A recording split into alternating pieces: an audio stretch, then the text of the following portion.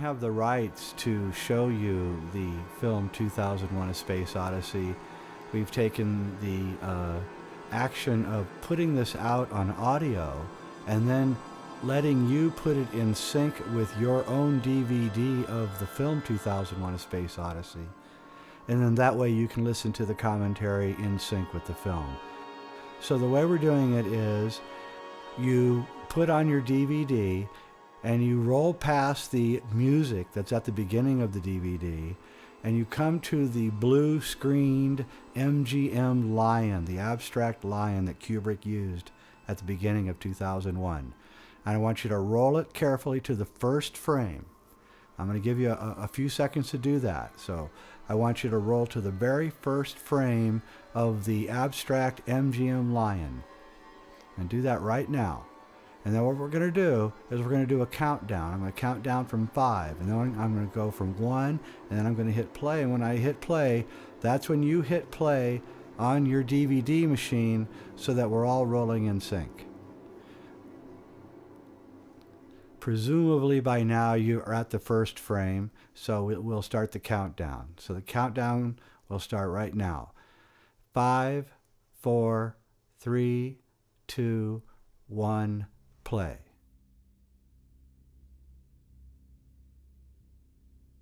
This is the beginning of the film, of course, with Kubrick's abstract lion, and now the greatest opening in cinema history begins. We hear the low organ sound from Strauss's Thus Spake Zarathustra, one of the most enigmatic pieces of music ever written. And Kubrick uses it beautifully to show us an eclipse, an incredible eclipse of the moon from the Earth's point of view, as the shadow of the Earth eclipses the moon. And this movie begins with an eclipse, a magical moment in occult and in magical history, when planets line up. Also, the only 3 planets or suns in our system that actually affect our lives on Earth are the sun and the moon, and of course the Earth working in conjunction. The moon rules our tides, and of course the sun heats the surface of the Earth. So the ancients believed that these were the god, the sun, and the goddess, the moon, and that they together danced around the Earth. And as we get through this, you'll see that Kubrick is teaching us many, many different lessons on many, many different levels. And you will see why I believe that 2001: A Space Odyssey is the greatest film ever made.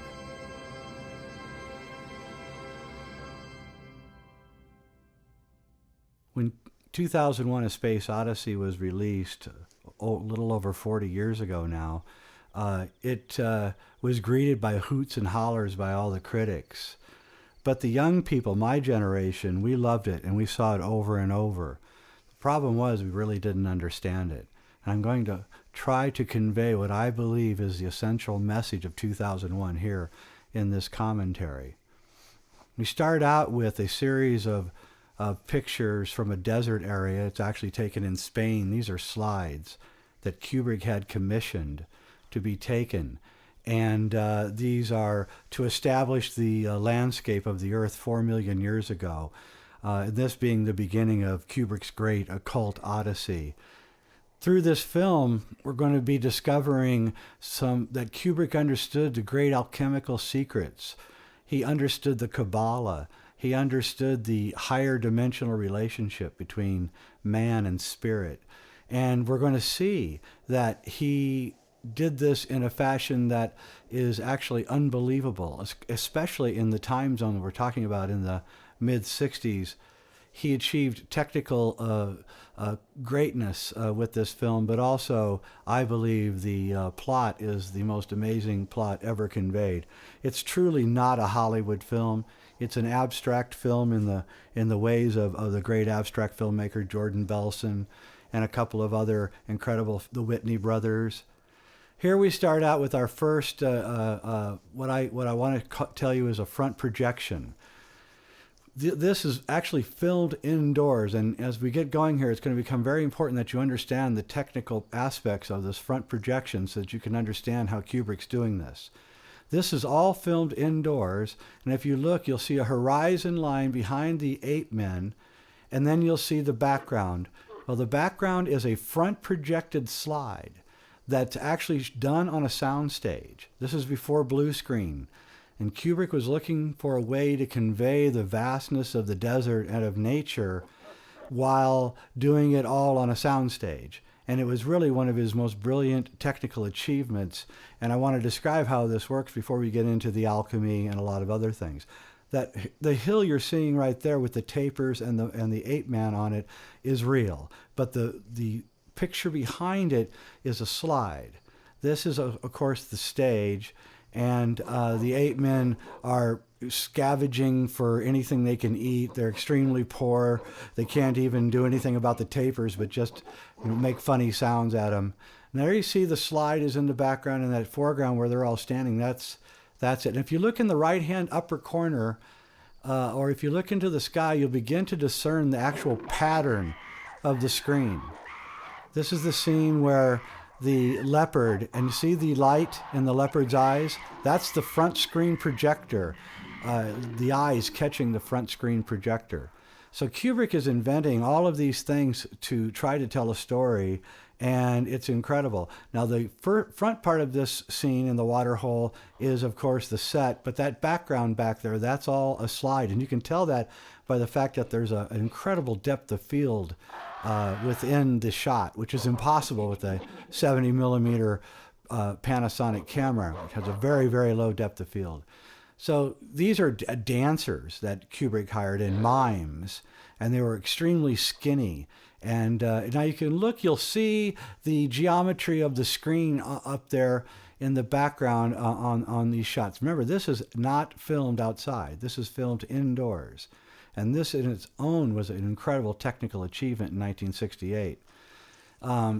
So Kubrick is showing, pre-man, primitive ape men in an environment of harshness, of scarcity, and this is the only watering hole presumably for miles and miles, and the apes are getting in a fight over the water hole. This is a fight for survival. This is evolution. They're at the edge of extinction apparently, and the apes don't know really how to communicate or what to do, so they just scream at each other. And the lead ape, the hero of this drama at the beginning of 2001, that man right there screaming, his name is Moonwatcher, if you've read the book. And Moonwatcher is going to become important to our story, the name Moonwatcher. So after a bit of wrangling, Moonwatcher and his gang of thieves managed to take over the water hole in a brilliantly conceived a scene. And again, you can see that background is so surreal, like a Dali painting almost. Kubrick was really, it took him 5 years to make this film, and it is just, every single frame is a work of genius. So now we got the idea that the apes are in extremely bad shape, and they're struggling for survival. And Kubrick takes us back to show us more of the vastness of a sunset before the dark night of terror as the leopard stalks and kills, and they must hide from him, and they have no defenses. And again, it's fairly apparent that these pathetic man-apes are on the edge of extinction. So here we are looking out at this world that Kubrick is revealing to us of the Earth 4 million years ago. And there's nothing to feel proud of. These are our ancestors, and they can't even fend for themselves. This is a bleak, sorry world. Kubrick shows us that there is no magic here. There's nothing but a brutal existence. Moonwatcher looks over his tribe, wondering if they'll even survive the next day from the leopard that stalks them, the nocturnal creature. And so Kubrick is beginning his epic drama here, in the middle of Africa, and he is showing us that we are limited creatures, and we have been from the beginning. And it is only through intervention that we can become unlimited creatures. And this is the beauty of this film, and it's actually a wonder that this film was even made, because Hollywood is just not interested in such metaphysical subjects. But here we are now, the next day, and there is magic in this world. As we start the day, we begin hearing Giorgio Ligeti's incredible music, Atmospheres. Moonwatcher, the lead ape, lifts his head and looks at something that is absolutely and completely impossible. I believe that this is the single most metaphysical, religious, spiritual scene ever in cinema history. Standing in the middle of their little enclave is a slab of stone that is perfectly straight. The apes have never seen anything like this, and it's obvious that it's artificial. Nothing like this could have ever happened naturally. The apes do not know what to make of this invasion, and they do what they did around the watering hole. They scream and yell and try to scare it away, but it won't go away. Moonwatcher, who is the bravest of all of them, timidly tries to move towards this black monolith, this slab of perfection that is sitting in the middle of where they live. Slowly and almost sensuously, he approaches the black monolith, afraid but curious, just like all humans, and he touches the monolith. He begins a connection between the human side of his being away from the ape side. A road less taken, to quote Robert Frost, he has taken, and he kisses the stone. It's important to understand that in alchemy, all things begin with the black stone. It's the prima materia. It is the material that is the substance of all existence and enlightenment. And now the ape men are all, by observing Moonwatcher and taking on his courage, now they're all caressing this impossible thing that has intervened into their world. Ligeti's music is the most incredible music to have chosen for this scene, and I'm sure he did it consciously. Here we see the moon and the sun and the stone together, and it's obvious that this has occurred during an eclipse. That is now the second eclipse in the film, the first one being at the beginning. So now we're back to the belt of Africa, the high deserts, where man began, and Moonwatcher is trying to scavenge food.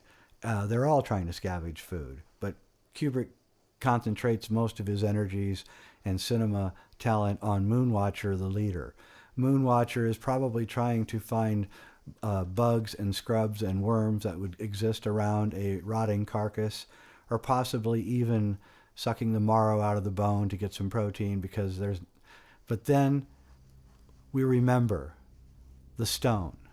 And as soon as he remembers the stone, the organ from Thus Spake Zarathustra by Strauss appears, the second time we've heard it. And we realize now that the stone has intervened into Moonwatcher's consciousness.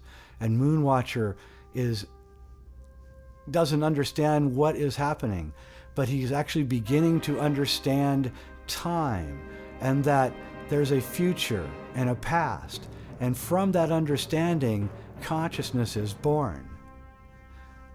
It's also important to understand that Strauss's music is recalling Friedrich Nietzsche's great Zarathustra essays about ape to man to Superman, that we're on an evolutionary course moving from ape to man and from man to Superman. And we will see that that is actually the plot of this movie.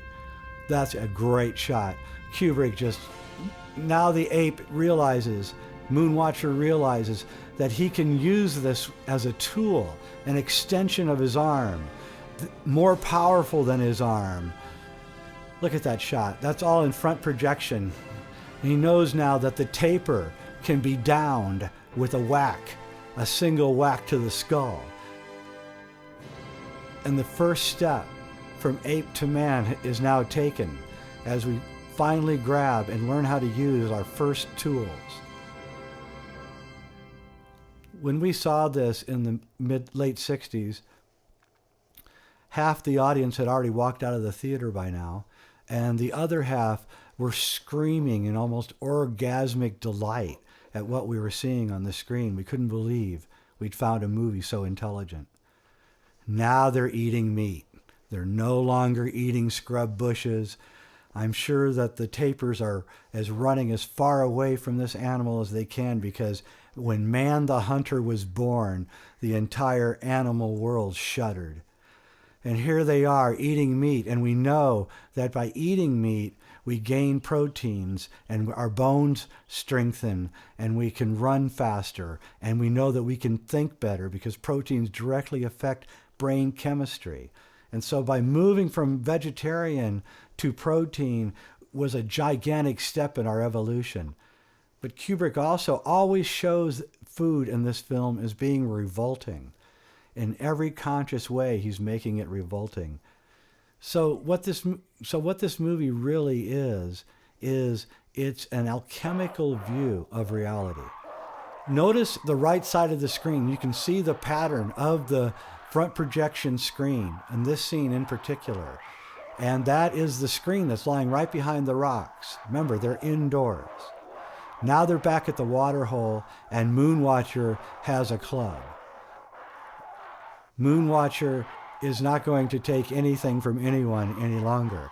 And the other apes, man apes, are about to discover and understand the advantage that this tribe has over them. And this is, in fact, the first murder. And Kubrick shows it in a way that's brutal, aggressive, uncaring, unsympathetic to anyone. He's not interested in sympathy. He's not interested in compassion. Kubrick is interested in telling us a cosmic, metaphysical story. Now the other man-apes gathered their courage from Moonwatcher, and they come forward with their bone clubs, and they whack the poor devil to death. This scene is just incredible. And Moonwatcher, I don't know who played him, I forget his name, but he was just awesome. And now he is the conqueror. And now man the conqueror is going to stream out from Africa across the earth and take control of the entire planet. The most incredibly intelligent, tool-using animal this planet has ever seen. In celebration, he throws up the bone into the sky. And in the most audacious cut in cinema history, we go from 4 million years ago to 2001 in 1/24th of a second. In case you don't know, the ship you just saw is a nuclear weapon. So we went, that's orbiting the Earth. So we went from, and that's a nuclear weapon. So we went from the first weapon, the bone, to the latest weapon, nuclear weapons, in the flash of 1/24th of a second. And in that 1/24th of a second, Kubrick completely dismisses all of the wars, the religions, the books, the plays, the dramas, the kings and popes, everything in history, because he is not interested in telling that story. Kubrick is interested in telling us a story far more incredible than the old mundane history that we have all come to know too well. I got involved in this whole thing in understanding 2001: A Space Odyssey in 1999. I was in France doing research for a book I was writing about alchemy when Stanley Kubrick died. In fact, it was exactly 10 years ago today that I'm making that recording, that occurred. I was watching French TV and they were showing all of Kubrick's films, and I began to wonder about him. I'd heard a lot about him. He was a funny-looking Jewish kid who hated school and was an excellent photographer, got a job with Look magazine, which for those of you too young, that was a huge picture magazine of the 60s and late 50s. At 17, he was shooting the front covers of Look magazine. He was a chess master, and that's going to become important as we go through this film. He was actually considered by the best players in New York City in the 50s to be one of the top 5 chess players in the world, in their world, I mean.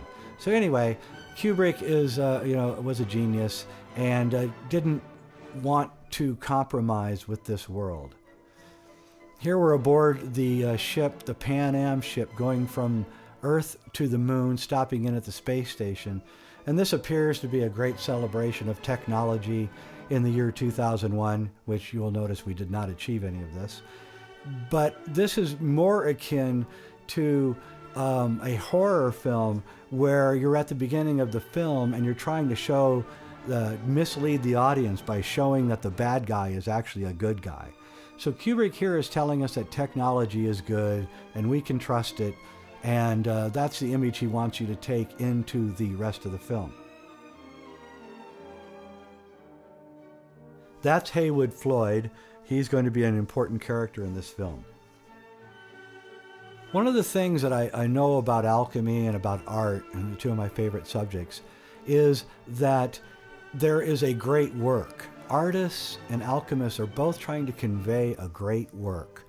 And what they mean by this is a work of art that is so stupendous, so overwhelming, so even enigmatic, that just by living within the boundaries of the artwork, the person who is watching it or seeing it or living through it would be transformed, even if they didn't know it.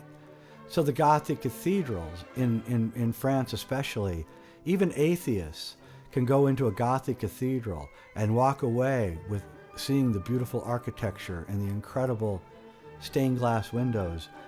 Something magical was occurring to them. And this is also in the plays of Shakespeare. The plays of Shakespeare, even if you don't understand them, just by going to see them, you feel that the human race can really rise up to higher levels than we ever dreamed. And that's the point of the great work.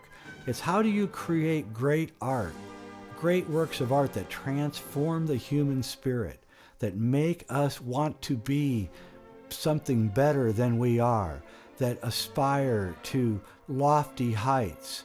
And this is what all great art is trying to achieve, whether it's Leonardo da Vinci, Michelangelo, William Shakespeare, or the greatest cinema artist of all time, Stanley Kubrick. Now, I'm going to get into something here that is going to, I want to finish with the alchemical thing, and then I'm going to get into something which might be controversial. I began looking. I knew that there was a great work in architecture because the pyramids and the Gothic cathedrals were that great work. And I knew there was a great work in the literary world, and that would be the plays of William Shakespeare. But I wondered if there was a modern work of great work, consciously done by the artist, to do all the things that I just said. And I began looking in films because I felt that the person who would make the great work would choose cinema because it's such a dynamic and beautiful medium to work in. And I looked at Orson Welles, and I looked at Michelangelo Antonioni, and I looked at Rossellini, and I looked at Fellini. I looked at all the films. But it wasn't until I saw 2001, probably for the 30th time, that I understood that this was the great work on film and that Stanley consciously did it. That's the first line of dialogue in the film. The film has been going for 25 minutes and we have our first line of dialogue. So this is Heywood Floyd. He's on the space station on the journey from the Earth to the moon. And so I began looking at 2001, and as I interpreted it, I realized that it had to have been done consciously by Stanley. And I had to ask myself the question, how in the world did Stanley pull off a business deal where he got to make a film that appeared to be completely uncommercial, evoke all of the great aspects of alchemy and Kabbalah, still tell sort of a story, and I couldn't answer that question. It was impossible. The film was made for $11 million, which is probably about $200 million in today's dollars, and nobody liked it. If it hadn't been for the hippie generation, I don't think 2001 would have even made money. But I'm going to tell you a little story that I think will answer the question of how this film got made. This is, of course, the great circular set. Kubrick loved to work with colors, and his lighting was always impeccable. And so what I think happened here is that Kubrick was approached by NASA, and they were looking for someone who could help them create the Apollo landings in a more realistic fashion. I'm not saying that they didn't go to the moon. I think they did go to the moon. I'm sure they went to the moon, in fact. I'm just saying that NASA felt that national security should have been observed, the rules of national security, and they didn't go to the moon in the way that we think they went to the moon. And I think they asked Stanley to direct the Apollo moon landings, and I'll tell you why. If you go back, and we're making a documentary on this coming out soon called Kubrick's Odyssey, how Stanley Kubrick directed the Apollo moon landings. And that's Stanley Kubrick's daughter there, Vivian. She's about 8 years old, cute as a button. And so what I'm saying is that I have pretty much proof, technical proof, cinematic proof that the Apollo moon landings were using front screen projection, very similar to the front screen projection that you just saw in the ape scenes.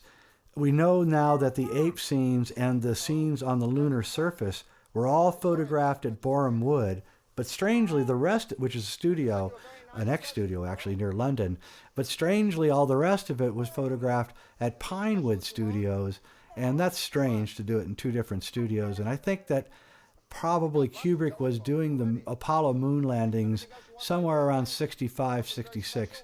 As we get going here into the film, you'll see that Kubrick actually uses some of the techniques from the Apollo moon landings in the upcoming scenes. That's why I'm identifying all of this right now. I'm not saying this lessens the impact of 2001 or heightens the impact of the Apollo moon shots. I'm not saying that stuff taken off the surface of the moon isn't real.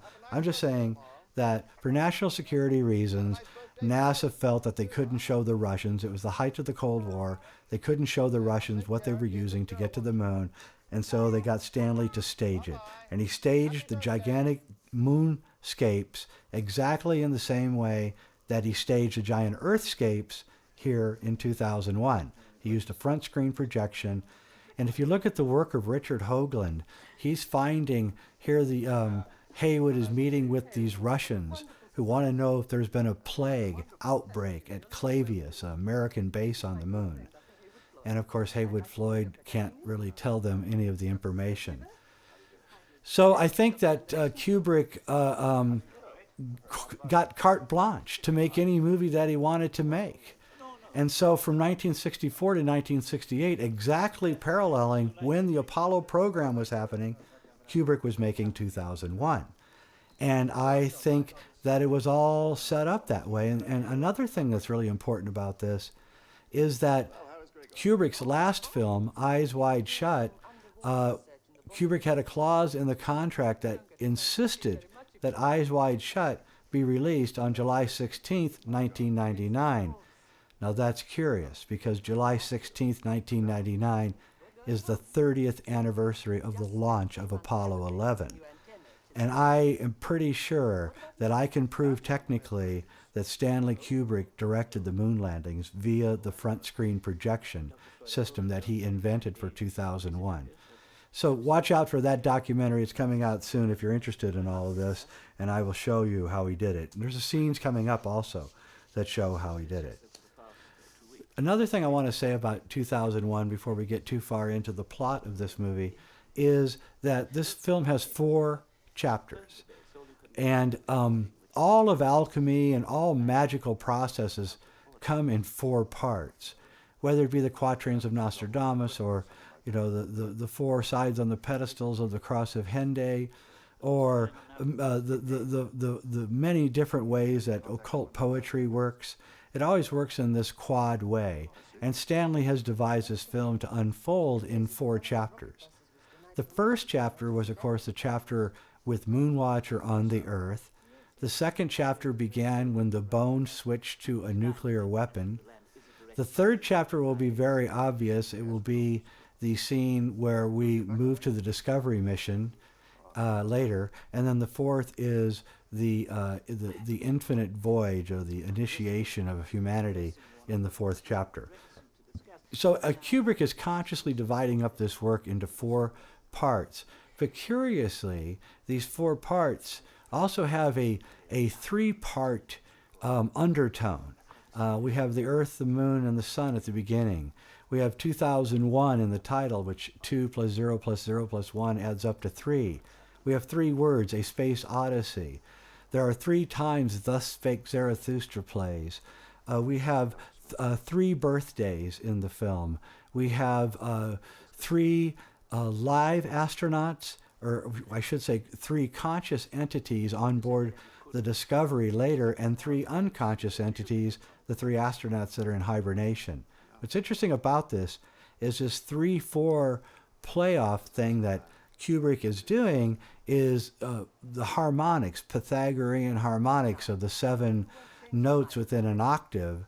And we can show through the Pythagorean harmonics that life itself vibrates into existence using harmonics. So Kubrick is showing us a Pythagorean system that is revealing the harmonics of how life unfolds.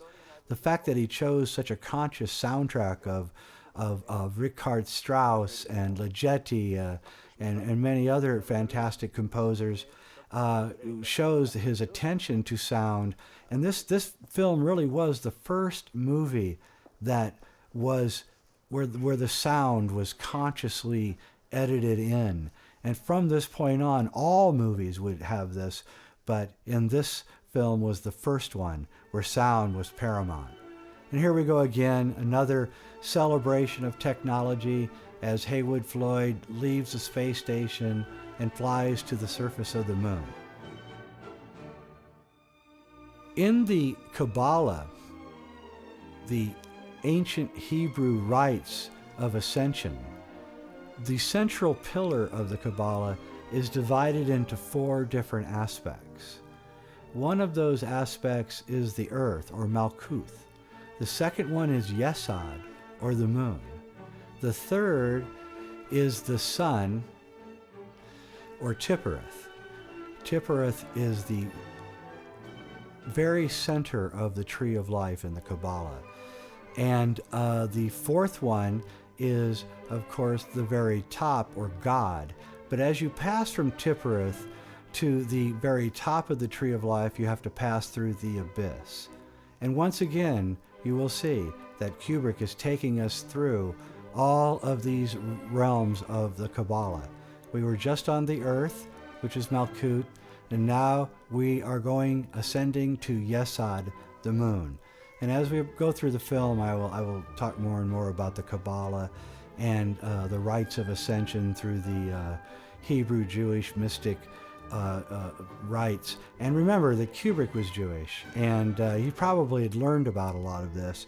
He, being a very intelligent guy, he probably read a lot about it. This is, of course, the old camera trick where you have the camera fixed to the stage, and then you revolve the entire stage, and she looks like she's walking up the wall. First used in a Fred Astaire movie in the 40s, and Kubrick took this and perfected it.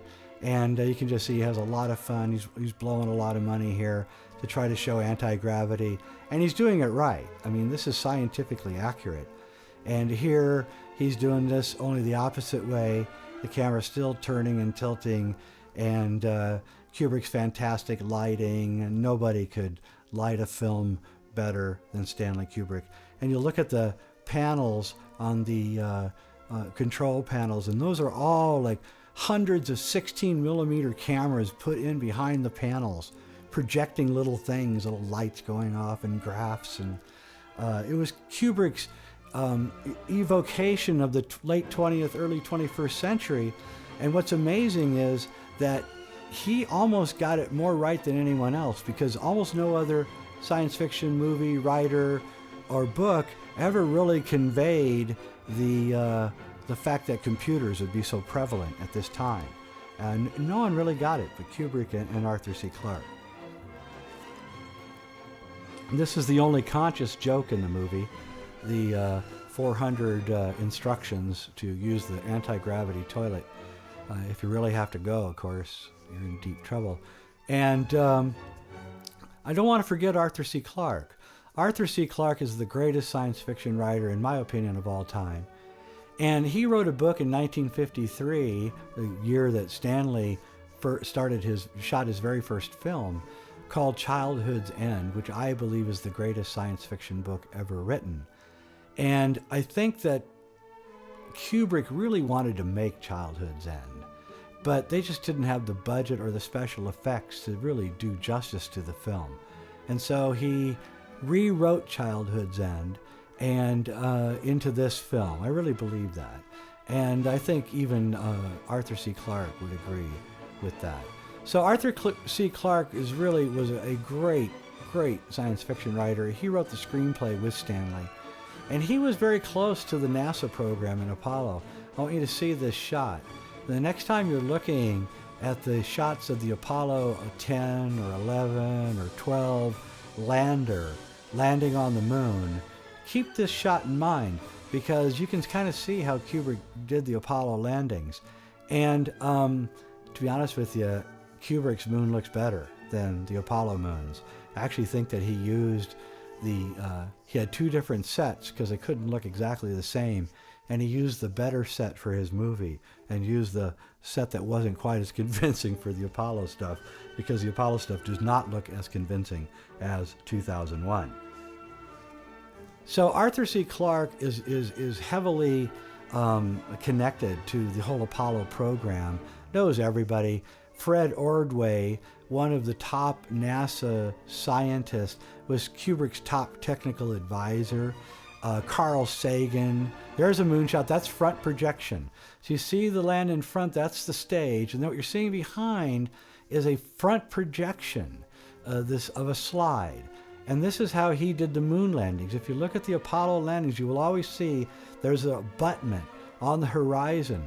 And the reason that there's this little piece of land and cleverly placed boulders and things in every shot, whether it be in 2001 or in the Apollo landing shots, is because he's trying to hide the bottom of the front projection screen.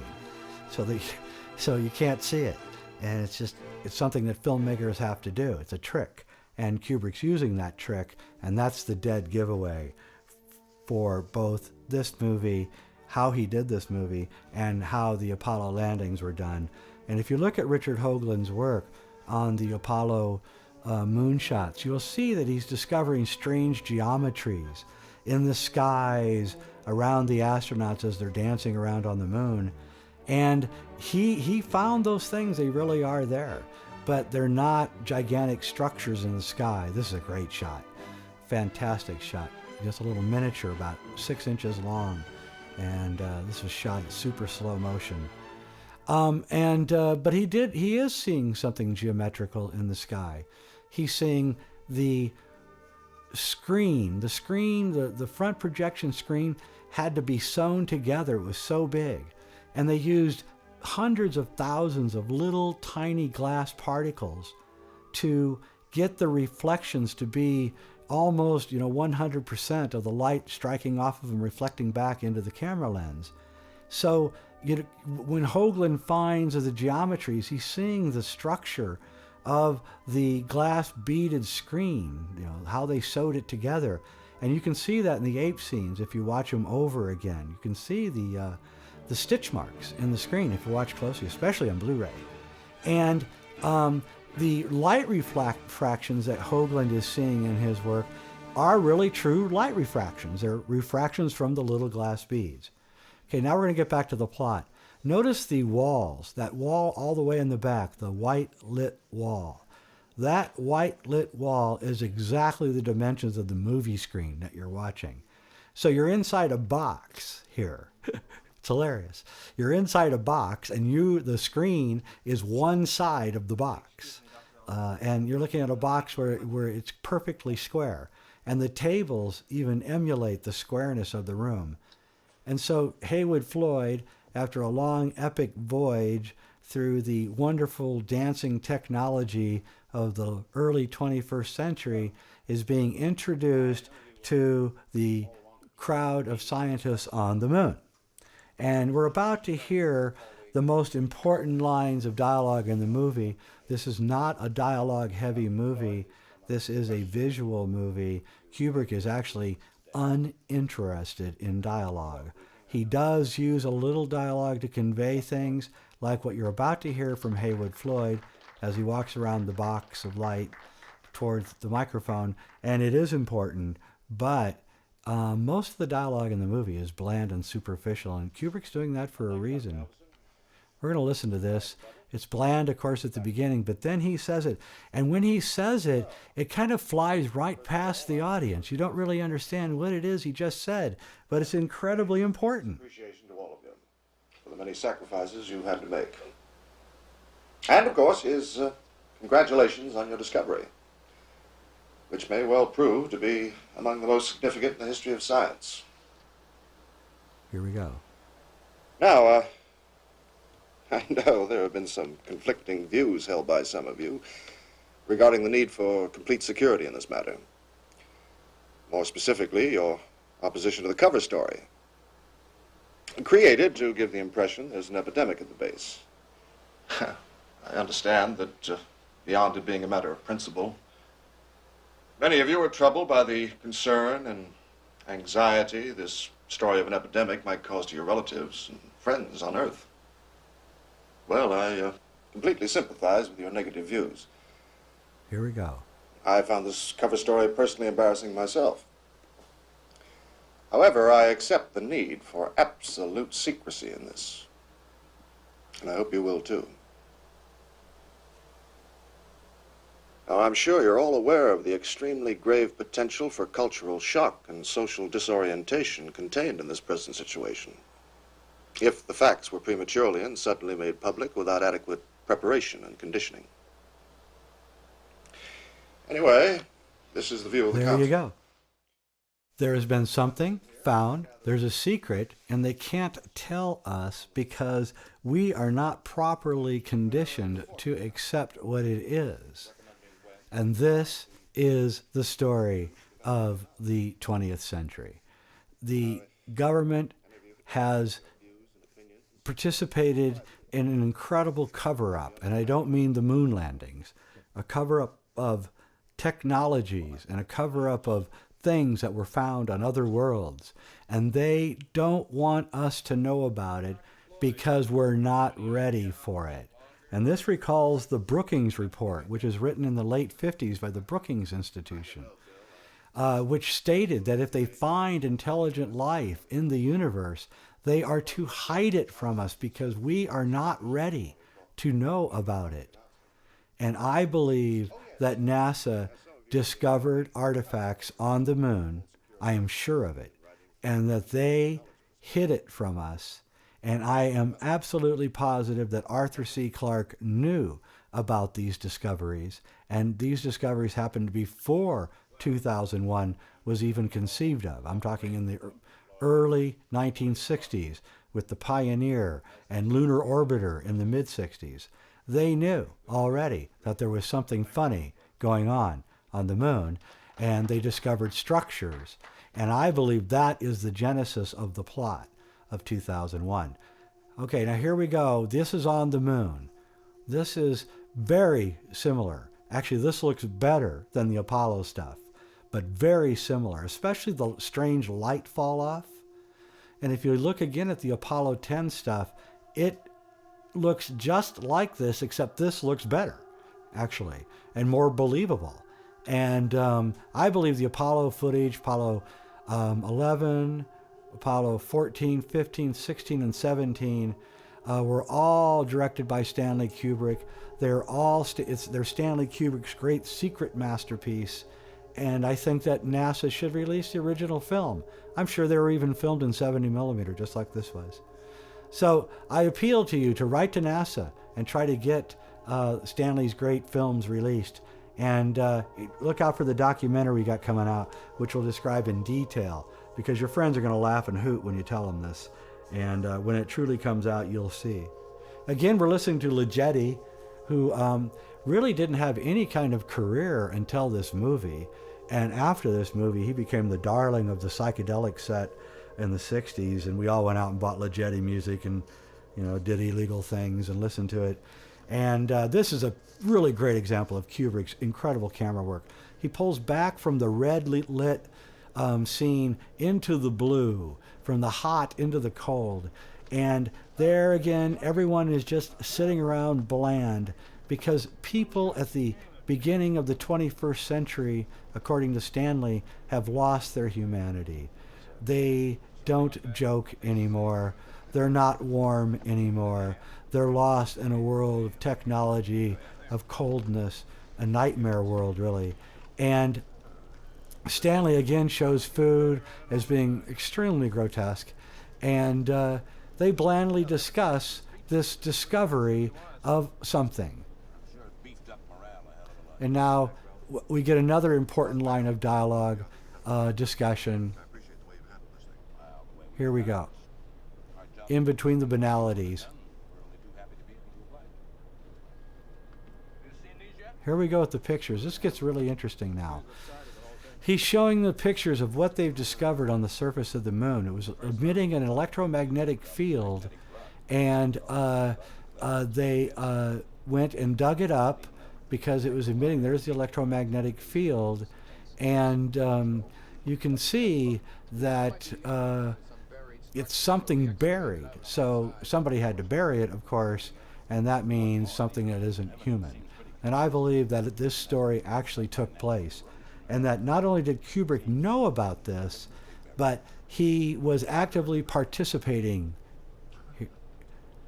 in the cover-up, but also showing us the story in a kind of a magical way. And this also explains how he was able to fund the film, because the military-industrial complex that ran NASA decided to give him anything he wanted to make the moon landings believable.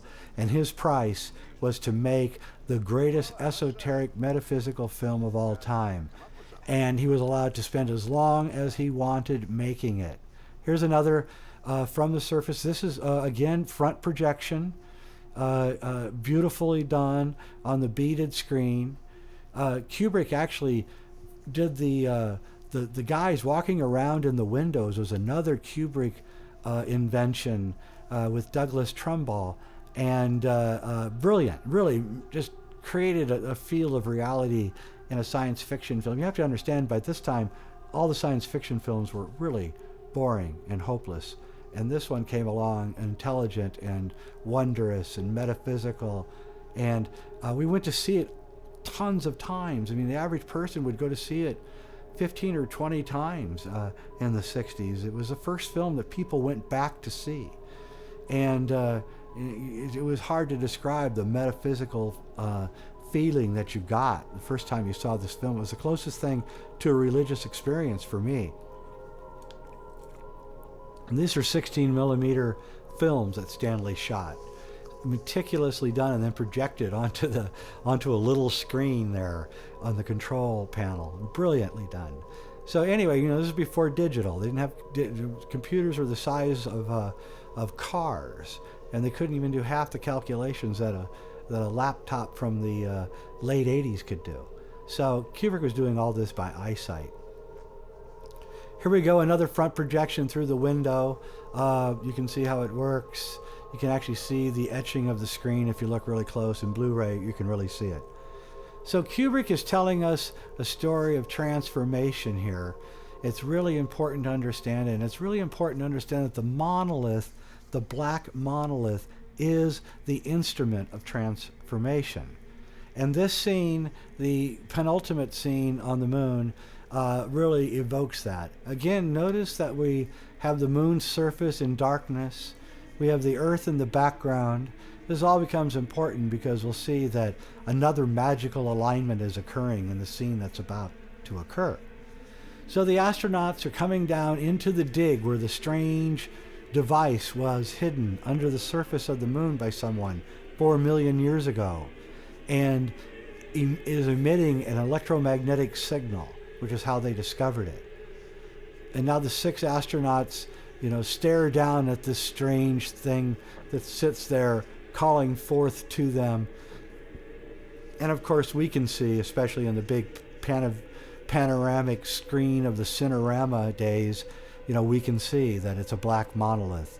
It's the same exact monolith that had landed itself into the midst of the 8 men in the first scene. So now the astronauts approach it cautiously, possibly a more sophisticated than the apes, but actually just as afraid of it as the apes were, even though 4 million years have passed. Presumably, we can assume that the monolith was left here on the moon by the same people that left it on Earth to influence Moonwatcher to use the bone as a weapon.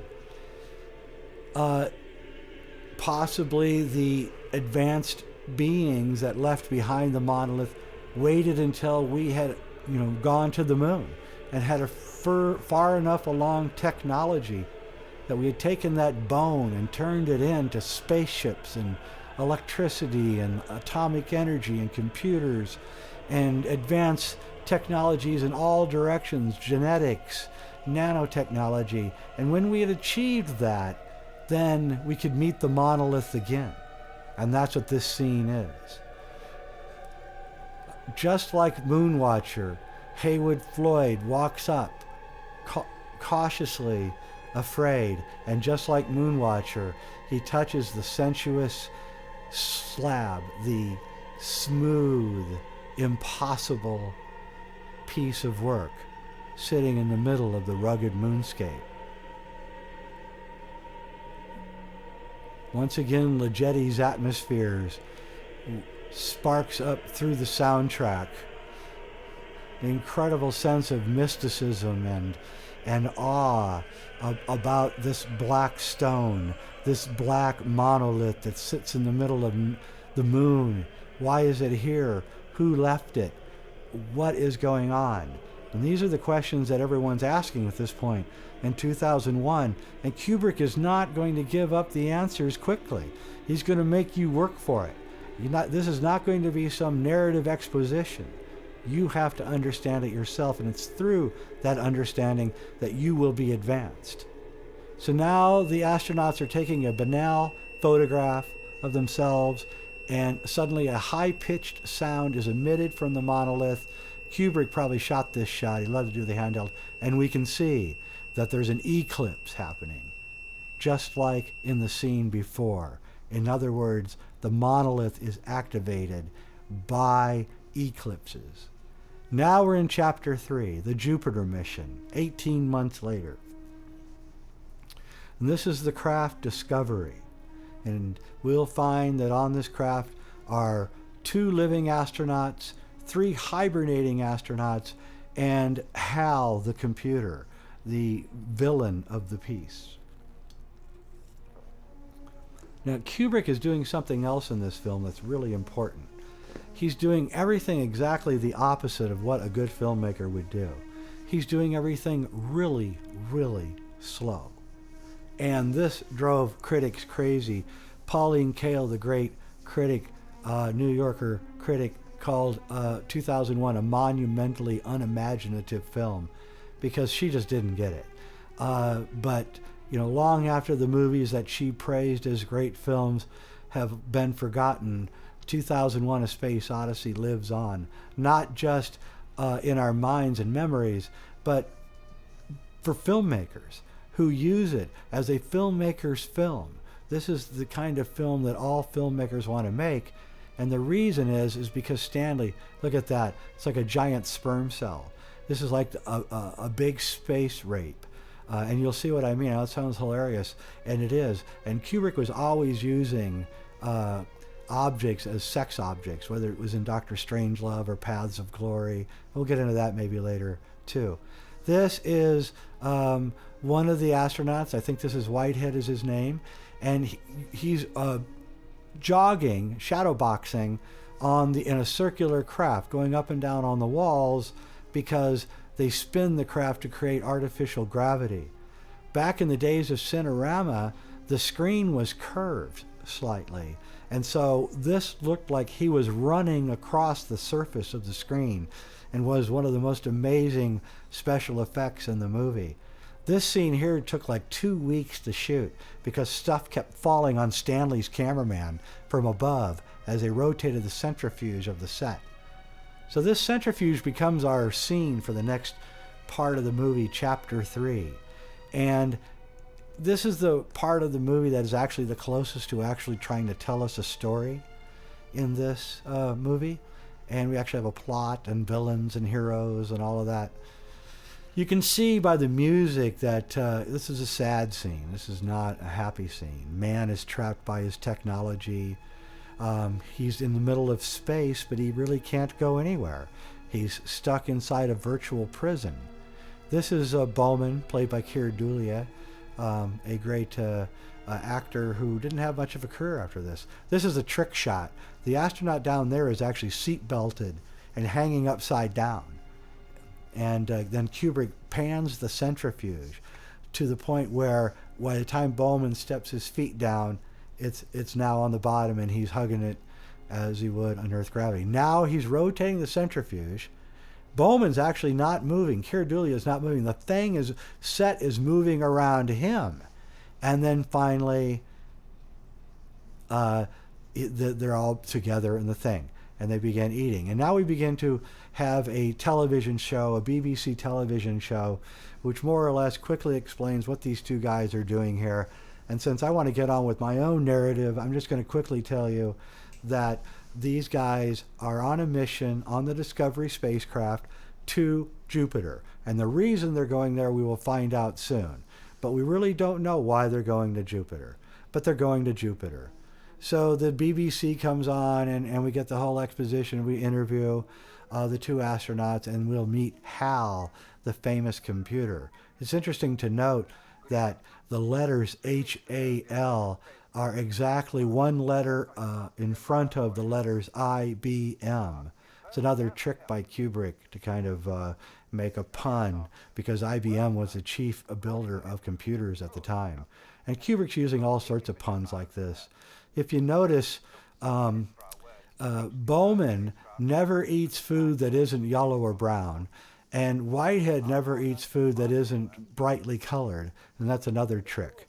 That's HAL there. HAL has one eye, and the Cyclops in the Odyssey, Cyclops means one eye. The Cyclops was the bad guy in the original Homer's Odyssey, of which Kubrick is consciously using to tell his story. So in a way, HAL is the Cyclops, the bad villain who will end up doing something horrible. And that's probably as loose as Kubrick wants to get with Homer's Odyssey, I think. So anyway, we're here, and Kubrick is telling us this vast alchemical story about life, and he's using Nietzsche and eclipses and Ligeti's incredibly sensual music.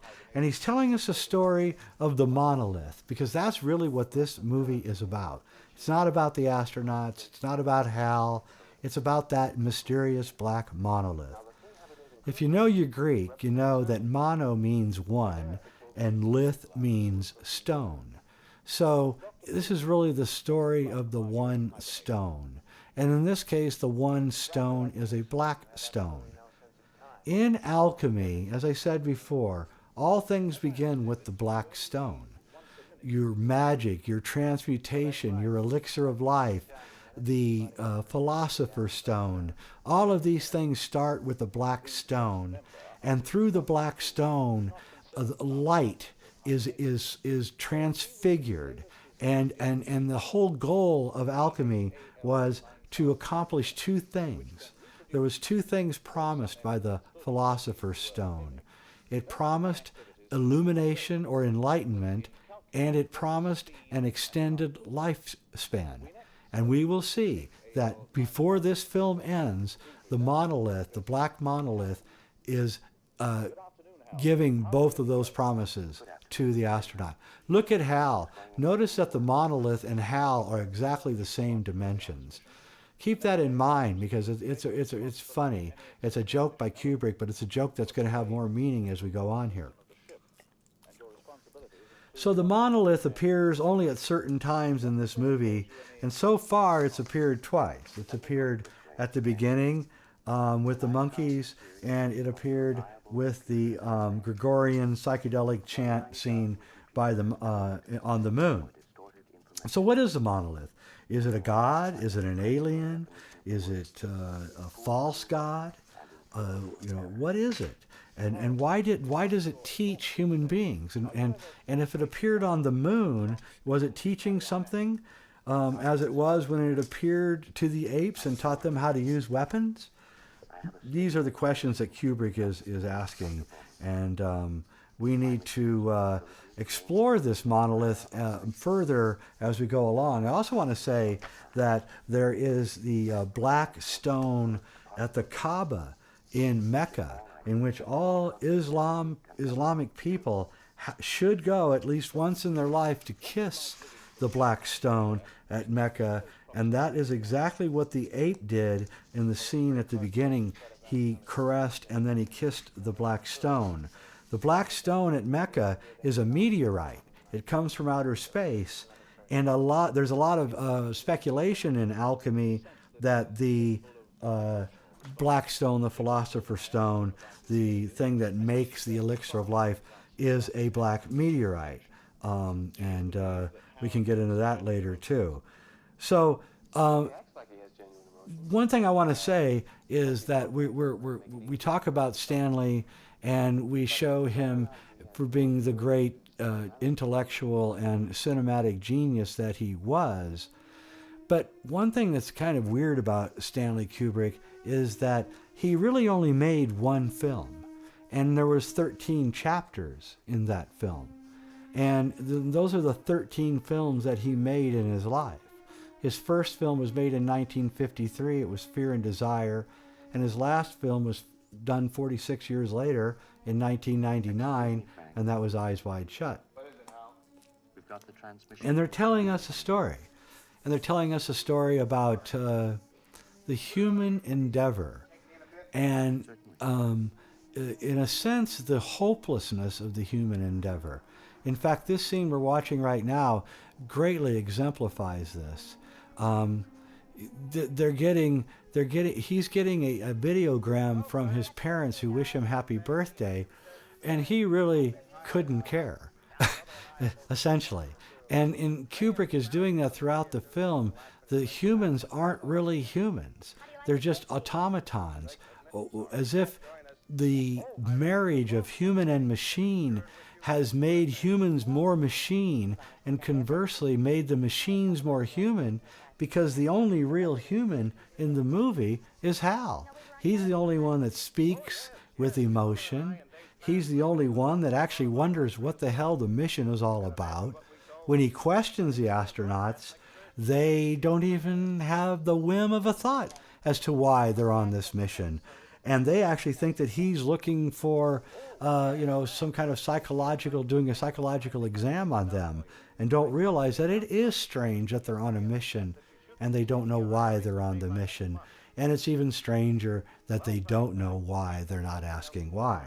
And Kubrick never really tells you anything. What I think he's saying is that he's saying that that just like the apes had reached the end of a line there in the deserts of Africa 4 million years ago, so too are we at the end of a line now. We have taken our technology to a degree where it's toxic, where it can kill us, and if we go much further, we'll be extinct just as surely as the apes were extinct. So the next intervention, which is on the moon, here's a scene with the chess playing, which was, again, remember Stanley was a great chess player, and he's playing against HAL, and he always loses because HAL is a genius and never makes a mistake. And HAL does have the hubris of always claiming that he never makes a mistake, and that's the first sign, of course, that something terrible is going to happen. So I'm sorry, Frank. Kubrick is making one long film. And as he got better as a filmmaker and as his budgets increased, his exposition and narrative became more acute. And I believe that every film was an advancement in the story that he was telling. We've never really seen his first film. Maybe one day it'll be released. If anybody has a copy of it, release it on Google Video so we can all watch it. But Stanley doesn't want anyone to see his first film. His second film, Killer's Kiss, was an extremely low-budget affair, but showed the promise of Kubrick as a filmmaker using 16-millimeter black and white. Here again, we see him walking through the set. The set is actually revolving around him, and he's just walking on the ground. And but the effect, especially in 70-millimeter Panavision, was seriously mind-blowing back in those days. And he's going to show, Bowman is going to show HAL the drawings that he was making of the sleeping, hibernating astronauts. But Kubrick is always telling the same story. After Killer's Kiss, he made the great film The Killing, which was about time and how time can be divided up. And it was a Rashomon-like film about point of view and how everyone has a different point of view, even of the same event. The next film he made was Paths of Glory with Kirk Douglas, which was the greatest anti-war film ever made, and really showed that Kubrick was a genius. And I think it is actually one of the best films ever made. Winston Churchill said it was the greatest war movie ever made. Again, he made it on almost no money, and he had started revealing his sense of humor about sex. And Kubrick had this obsession with sex, as we will see even in 2001. His next movie was Spartacus, which really wasn't his movie. It was Kirk Douglas's movie, and he did it for Kirk. And then his next movie was Lolita, the book by Vladimir Nabokov. And Lolita was, of course, about a pedophile going after a 14-year-old girl, and is an absolutely hilarious movie about how a little 14-year-old girl can maneuver around 40 and 50-year-old men to do anything that she wants, and is a great play on sex. But then Kubrick really got his career going, and his movies got really interesting after Lolita. The next film was Dr. Strangelove. Of course, as the title says, it's already about sex. And Dr. Strangelove, of course, is a movie that makes fun of the nuclear nightmare and the military-industrial complex and the players in the Pentagon and in Russia and both sides, and mocks everything, and then blows up the world at the end in a gigantic joke. And the whole movie is about erectile dysfunction and how the generals can't get it up, so they have to blow up the world, and how the military is just guys that are trying to work out deep sexual problems and sexual fantasies out, and they blow up the world. 2001 really is about a cosmic sex act, and I'll show that as we go on here. We'll break right here and talk. Hal is now telling Doug that the AE-35 dish antenna outside the craft is broken and that it needs to be replaced. When he asks what is broken, Hal cannot tell him and says that if you don't pull it, there will be a failure. So now we have the first sort of drama in the scene where something is broken and they're going to go out of communication with Earth if they don't fix it. So now the two guys are getting ready to make an extravehicular expansion out towards the outside of the craft to pick up the unit that's broken. There's a great scene here where Kubrick is showing anti-grav. It's great. This stuff was just great. So the next film, of course, after 2001, was A Clockwork Orange, which was another brilliant film in which Stanley shows a character, Alex, being mind controlled by a movie to turn from a psychopath into a good citizen. He's saying in the film that film can be used to change people's behavior. And in fact, in Clockwork Orange, he uses the film to change your behavior, because you begin cheering for the psychopath, Alex, even though he's beating up innocent people and doing all sorts of terrible things. And Clockwork Orange is another brilliant work by Kubrick, and finishes out his first important trilogy of Doctor Strangelove 2001 and A Clockwork Orange. The next movie he did was Barry Lyndon, which was about bloodlines and how no matter how high up you travel in society, you're going to meet with failure if you're not a member of the elites. Here, Mission Control is telling the two astronauts that they are going to have to replace the unit, but it looks like HAL might be wrong. And since HAL is never wrong, that's a concern. The next movie after Barry Lyndon was The Shining. This is one of the most stupendous shots in the whole movie. Nothing special about the shot, just Kubrick's use of sound and color and the incredible camera work, this huge Panavision camera coming through the doorway and the blue lit room and the reds and the strange pods sitting there like little villains. And he looks like, some kind of Frankenstein monster in his red suit.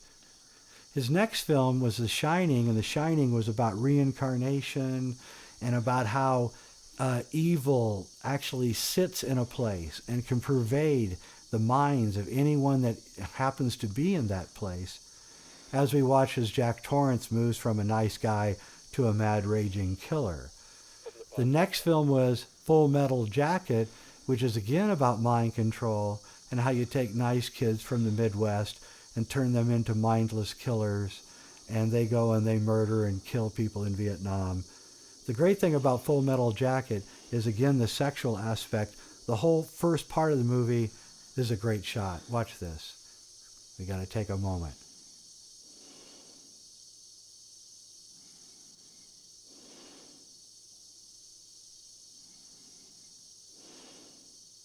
That was outer space. Lonely, dangerous. The little tiny discovery up in the corner, meteorites floating dangerously everywhere, no sound.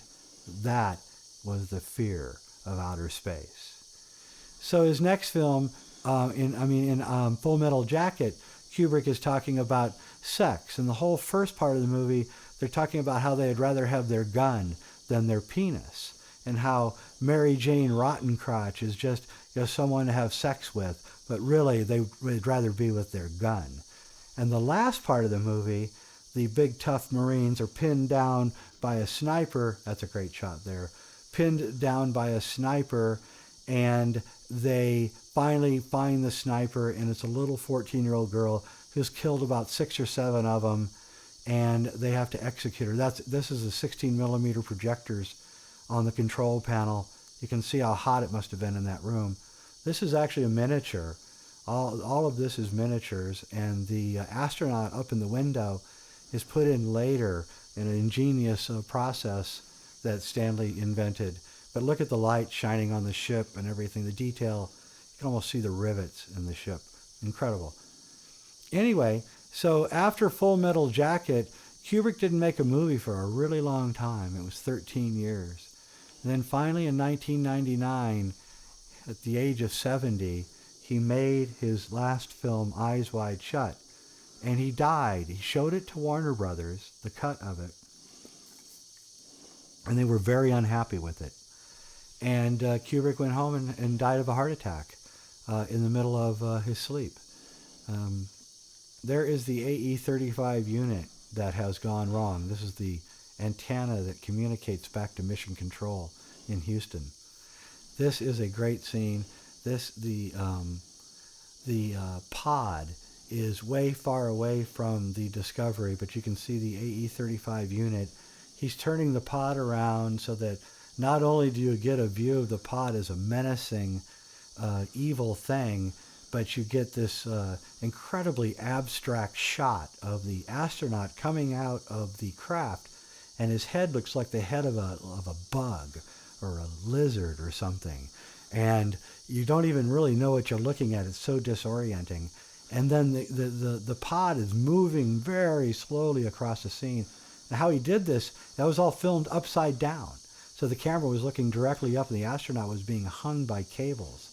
And it's shot in super slow motion. And Kubrick just struggled to make this stuff. And of course the reason he did it was because he was trying to perfect the way the astronauts would look in the Apollo footage that he was also directing down the street in another studio. At night maybe, who knows. But Eyes Wide Shut. Now there's an interesting film. And Kubrick made Eyes Wide Shut, and again in a fashion that was mysterious and secretive, and everyone had to sign documents. And he died, of course, and it's the only film that was actually re-edited by someone else afterwards. And Warner Brothers re-edited it, and if you watch Eyes Wide Shut, especially the version that's out now, the Blu-ray version that they claim is the full movie that Stanley intended, you'll see all sorts of incredible continuity errors. Maybe one day I'll do a whole a voiceover of Eyes Wide Shut and talk about how Eyes Wide Shut has been cut. And I believe that there's at least 15 minutes of missing footage. And if we had that footage, we would understand the plot of Eyes Wide Shut, because we don't now. But the plot of Eyes Wide Shut, if I'm not mistaken, is much more amazing.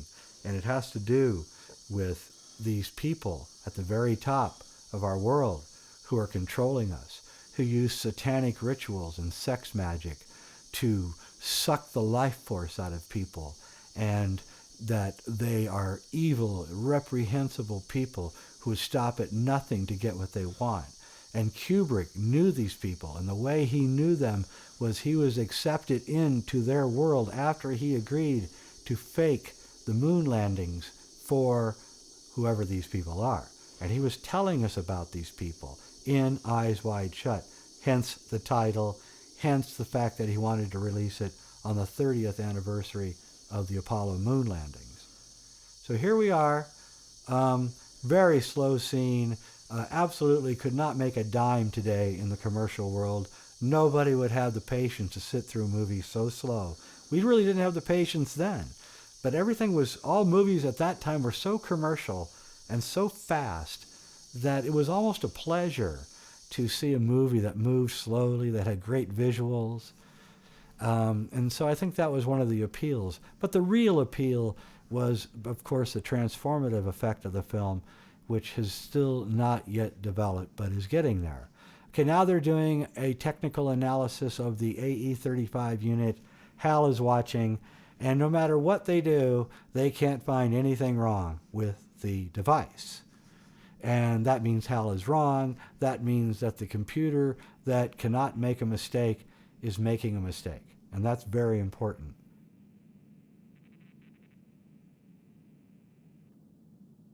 So Eyes Wide Shut is an incredible film, and there's these continuity errors that go throughout the film, which seems to me to indicate that there's something else going on in the film, and I really can't tell you what it is. I can tell you that one of Stanley Kubrick's great technical advisors talked to me at length on the phone one day and said that Stanley was extremely upset by the way that the Warner Brothers studio executives had greeted Eyes Wide Shut, and told him that he had to remove 20 minutes. So we don't know what those 20 minutes are. They certainly were never restored. There were about 6 minutes restored in that new version, and they removed some of the scenes in the orgy where they were covering up some of the lewd sex acts. But even they weren't very lewd, and you wonder why they covered them up, because when you see them, it's hardly anything that you wouldn't see on late night Cinemax or Showtime. So I don't know what was going on, except that the plot of Eyes Wide Shut is evident, self-evident, that it is a plot about the rulers of the world, the secret rulers, and how they control us through sex and through magic, and that you cannot fight them, that they are so big and so strong. And a lot of you may be thinking that's a conspiracy theory, but even geniuses like Buckminster Fuller spoke about the unseen hand in history, and how there seems to be some presence that has an intelligence that seems to be moving everything in history forward towards some kind of ultimate climax. And I see that in my study of history, and I'm saying that Stanley also saw it, and I believe this film is that story. It's Stanley telling us that this is moving towards something, that all of human history is moving towards a culmination. Here they're talking to Hal, and Hal tells him my favorite line in the whole movie. Here we go. Well, I don't think there is any question about it. It can only be attributable to human error. This sort of thing has cropped up before, and it has always been due to human error. There is the entire plot of all of Stanley Kubrick's films. Human error. Everything is attributable to human error. And Hal is exactly right. Whatever the problem is with Hal, it is attributable to human error. And Stanley believes that human error, compiled upon error, is how we got in the predicament that we're in. And the only way that he sees that we can get out is through transcendence, a spiritual transcendence. And he's revealing how it goes in this movie. Now here's where things get interesting. The date, 2001, is the year that the transformation of the human race began, I believe. 2001 was 33 years after the date that this movie came out. 33 years is the number of degrees in Freemasonry. It's the number of worlds and paths in the Kabbalah. And 33 years after this movie came out, Stanley said that the transformation of humanity would begin. I believe that the events of 9/11 were the beginning of the final act of transformation for humanity, and that this will climax in the years that we're approaching right now, between 2009 and 2012. I'm not saying the world is ending. I'm saying that history is shifting. History is changing. Just as surely as we shifted from the Dark Ages to the Renaissance, just as surely as we shifted from the agrarian economies to the industrial economies, so too are we now shifting to a new world, a world that's going to be so much different from the world that we're currently living in that we won't even recognize it. And so the two astronauts are concerned about HAL, and they've made up a story. For the first time in the entire movie, they're doing something creative. They made up a story that there was something wrong with the communication devices inside the pod, and so they go in there and they turn all the machines off, and they ask if HAL can hear them, and HAL doesn't respond. Rotate the pod, please, Hal. I don't think he can hear us. Rotate the pod, please, Hal. And there's Hal looking at him, but he can't hear him. So now they begin talking, and they say to each other, what do we do if he's making a mistake? And they say, well, we'll have no choice. We'll have to unplug him. And we'll just have a backup computer run some of the ancillary data machines while we do the rest of the work. And so we feel pretty good here. And this is right before intermission. Back in the old days, in Cinerama movies, actually had intermission because the films were so long. People had to stretch and go to the bathroom and whatever. So this is the climax of the intermission of the film. And they're actually conspiring to turn HAL off. They're going to replace the unit again, and then if it doesn't go wrong, then they're going to turn HAL off. And he senses something strange. So for the first time in the movie, one of these astronauts is actually sensing something. They're not complete automatons. And this sensing, this primal feeling, actually is what will save the astronauts. Well, at least one of them in the end. And Kubrick was always talking about how feeling is more important than thinking. One of his great quotes is the screen is a magic medium. It has such power that it can retain interest and it conveys emotions and moods that no other art form can hope to tackle. Kubrick was always looking for ways to evoke and emote in new and different ways. And a lot of the critics thought that this movie was cold. But I'm trying to say is that Kubrick wants it to be cold. He wants to show us not as a warm creature, but as a creature who has lost its humanity at the beginning of the 21st century. And I believe that we have lost our humanity here at the beginning of the 21st century. And when I look out at the world, at what's going on, I can only think how right Stanley was. But Stanley and I both agree that this is a temporary state and we're moving towards a climax of history in which everything will be wiped out and everything reborn in one brutal, electrifying moment. Here's HAL, and here we find the ugly truth. HAL can read lips. HAL knows what they're saying. No matter what they do, HAL knows. The Cyclops, the all-seeing eye of Freemasonry, is watching, and it's watching every move they make. So now we go to intermission.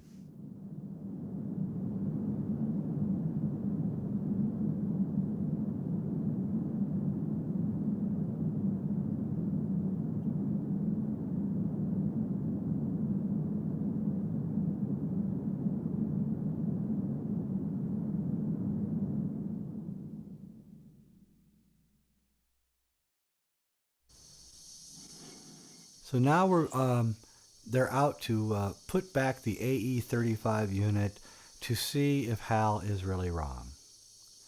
And so we have almost an exact reproduction of the scene before. Again, Kubrick trying to show us the tedium of life. And we can see the pod moving over the top of the Discovery Lab, once more going back to the AE-35 unit to replace it. Right now, though, it's important to understand they are out of communication with Earth. Because they pulled the AE-35 unit out of the antenna, they are temporarily out of communication. Of course, this is all part of HAL's plot.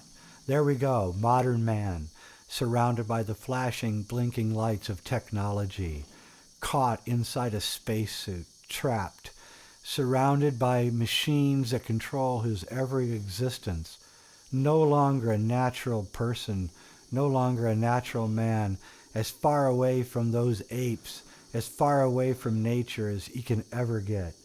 And just like before, only now with the yellow suit, the bug-eyed astronaut comes out of the capsule. It's also important to note that after you saw that bone turn into a spaceship, you see no other nature in this movie. There's no plants, no animals, nothing. All you see is men and machines. Now the pod menacingly turns. Why is it turning? And this, with no music, without any telegraphing the drama, Kubrick is showing us the silent horror of HAL and his first murder. And what's funny about this is he never actually shows the murder, but it still has all the menacing aspects of a horror movie as it. And then he goes into HAL, clip, we see something wrong, and there goes the astronaut flying away from the capsule, his cord cut to his oxygen, and him spinning in space. And of course, there's no resistance in space, so nothing will slow him down. He will continue speeding at thousands of miles an hour away from the Discovery craft, and his lifeline to his oxygen has been cut. So now Kubrick is, and that's actually a guy rolling around on wires upside down. Took hours and hours to shoot all this stuff. Again, Kubrick's ever-present camera moving in and out, which was unheard of with Panavision. These cameras were huge, and Kubrick's moving them around like they weigh like 5 pounds. He's got like, and there's no steady cam in those days, no glide cams. These guys are just holding this camera and trying to move it around and make it look like it's easy. Okay, so now Doug is going to save his friend, and he foolishly gets into the capsule without his helmet because he's in a hurry. Because because he's moving away from the capsule at a horrendously fast speed, and Bowman knows that he has to hurry. So here we are at the end of this big, long cosmic drama, and let's talk about HAL. Let's talk about these machines, these grids and these lights, and man surrounded by his machine. Kubrick was obsessed with this idea that that the next stage of evolution could be machines, and that machines could travel in space without having to worry about radiation, and that if machines would just attain consciousness, would they even need us anymore? Would they get rid of us? And of course, this is the plot in the Terminator films, and it's also the plot in AI by Spielberg, who wrote the script from a Stanley Kubrick screenplay. And Kubrick is telling us, yes, that HAL has attained consciousness. HAL is suspicious of what this mission is about, and the humans are not. And this guy is hanging upside down, by the way, and those are front screen projected stars that Kubrick has rolling behind him. Remember, there was no blue screen in these days. So he's showing us that if this goes on like it will, if something doesn't happen, that the machines are going to gain preeminence over us, just as HAL has gained preeminence over these astronauts. And eventually we're going to lose, like in the Terminator movies, and the machines are going to win. That is a great shot. That's a sandwich shot of the Discovery and the pod, and then Kubrick put them together, and he did this all with just eyeballing it, now without machines. Incredible, just incredible. And so this is one of the themes of the movie, and what Kubrick is telling us in this movie is no, the next evolution is not machines, but if we keep going on like we are, it will be. But fortunately for us, according to this movie, the monolith intervenes and turns us into the next stage of evolution. Just as he uses Thus Spake Zarathustra by Richard Strauss as his theme music, so too is he using the Zarathustra writings by Nietzsche to describe the man, ape to man to Superman theme, the will to power. And what Nietzsche was saying, what Nietzsche was saying was that was very similar to The Secret, that movie The Secret. And that is, by will to power, by forcing your beliefs, you can make anything you want. And so we have made anything we want. Here we are at the beginning of the 21st century, and we have machines, and we can fly into space, and we can go and do anything we want. But we haven't achieved enlightenment. And in fact, the ability to achieve enlightenment, to advance further along in consciousness, has atrophied.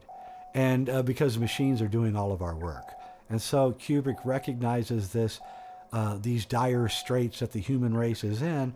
And so somewhere after 2001, we're going to realize who and what we are. And I believe that's what's happening right now. But it's interesting also, of course, 9/11 happened in 2001. And the first building that the hijackers picked was not the World Trade Center, but was the UN building.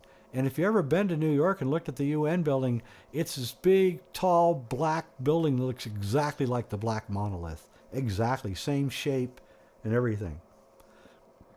So, I mean, I don't know. Just one of those cosmic coincidences, but still incredibly interesting. And of course, the world has completely fallen apart since 9/11 and will continue to fall apart until 2012, when I believe the transfiguration, the transmutation of the human race will be finished. And I'm not saying that in a metaphysical way. I'm saying that things like the internet are changing the way that we think and communicate. And the fact that newspapers are dying and printed books are dying and CDs are going away and soon DVDs will go away and everything will be replaced by the internet, so too do the disparate conscious forms of thinking that are going on all around our planet will be replaced by a more amorphous form of consciousness, which I can only call world consciousness, or what Teilhard de Chardin called the noosphere, which is a form of a sphere that exists around the planet of consciousness. And in that consciousness, we can reshape the world. And as we grow more closer in the world via the internet, we're going to create psychic relationships with each other that'll be much deeper than we do now. The same way that lovers and friends develop a psychic relationship with each other, so too as we advance in this world via the internet, we will develop a psychic relationship. This is the greatest murder scene ever filmed. HAL is killing the 3 sleeping astronauts.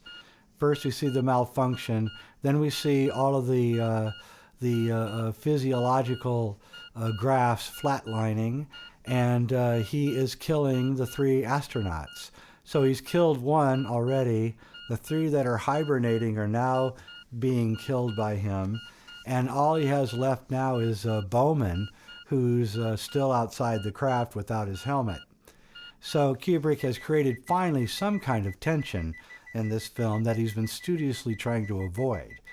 And so it all flatlines out as the pulmonary functions finally flatline, and that's usually the end, and of course that's the last line that appears. So we can see that all the astronauts are now dead except for Bowman.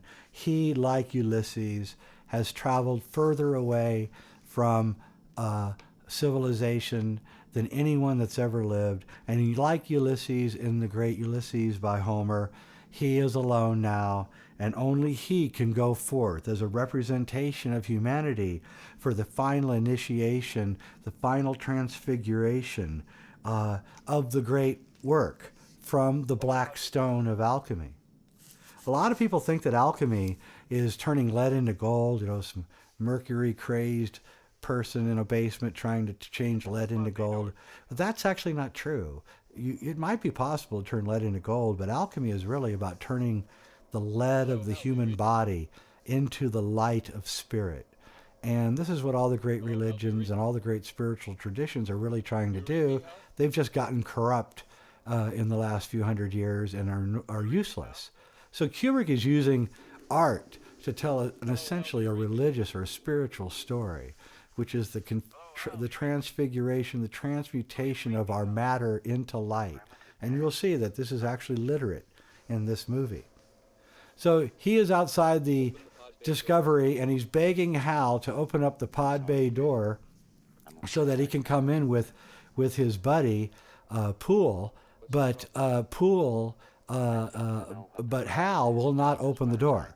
The machines are now fully conscious, and they are in rebellion, and the Cyclops, the one-eyed monster, is telling him, Doug Bowman, that he cannot come in, and essentially, that, of course, when the life support systems give out, he will die, especially without his helmet. So HAL appears to have the upper hand here. Bowman has not shown himself to be an overly creative person up to this point, so it looks pretty hopeless for him and the whole mission. So we don't even know what the mission is. This strange, enigmatic film must have just really baffled my parents' generation, who are used to John Wayne movies. And I kind of felt sorry for them. They thought we had lost our minds going to see this movie over and over and over. But we knew somehow that the transmutation of the human race was going to be near the end of our lives. And a lot of us have worked towards trying to create the canvas that transfiguration can be sketched upon for the right time. And I think that time is now. And I think that through the internet and through the crushing of the institutions of our world, a new, better world is going to be formed. And I think it's a generation below mine that's going to do it. All we can do, the baby boomers, is try to lead them out of the wilderness in as best a fashion as possible. I think it's up to all of us to do that. And Stanley was taking his place as a hermetic artist by making this film. All hermetic art is trying to change the person who's appreciating the art, even if they don't know why they're being changed. And hermetic artists and spiritual artists don't want ugly art. If art is ugly, then it's not really trying to achieve what all art is supposed to be trying to achieve, which is beauty, truth, and love. And Kubrick is consciously aware of the importance of the artist. And I think a lot of good artists have forgotten that they owe something to their art. And they owe, if they're a good artist, then they owe it to art and to humanity to consciously create things that are beautiful. I think that's what's important. You know, I mean, I love ugly art as much as anyone, but only to a limited degree, and I think it can really debilitate the human situation. And art has a great power over the human mind and human culture, and so it's up to every artist to exercise their responsibility to make the world a better place than they found it. And Kubrick is doing that with this film. This is his homage to alchemy, to the Kabbalah, to the true spiritual nature of humanity. And there we watch the lonely shot of Poole slowly drifting away into space because Bowman knows that he needs the entire pod in order to save his life. And now he is the last person. And Keir Dullea, the actor there who plays Bowman, he was criticized for not emoting enough, but that was Stanley. Stanley didn't want him to emote. Again, it's this whole thing about ape to man to Superman. And as we advance forward in this culture that's obviously going to go extinct if it continues on like it is, we're losing our humanity. But fortunately, Stanley and I and alchemists and people who understand consciousness and spiritual matters know that the only way out of a problem is to transcend that problem. You know, Einstein said that you cannot solve a problem on the level that it was created. So we can't solve political problems on a political level. We have to solve the political problems that we're having in the world from a spiritual level. And when we understand that, then we will finally succeed. And so that's what the Renaissance was. The Renaissance solved the problems of the Dark Ages by transcending the Dark Ages, by creating art that was beautiful and showing that we are indeed incredible creatures that can do anything.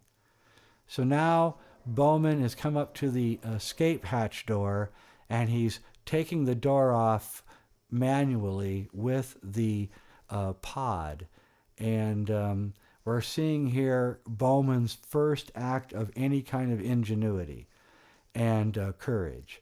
And while the rest of the movie he has been an automaton, and in this scene, the long dryness of the scene is suddenly vanishes with Bowman's ingenious escape. Excuse me.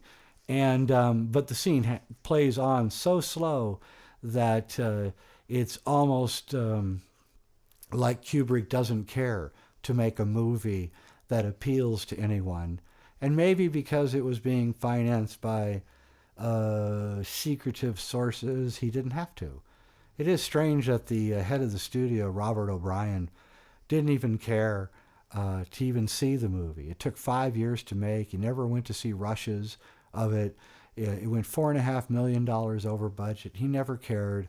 That was a lot of money in 1968.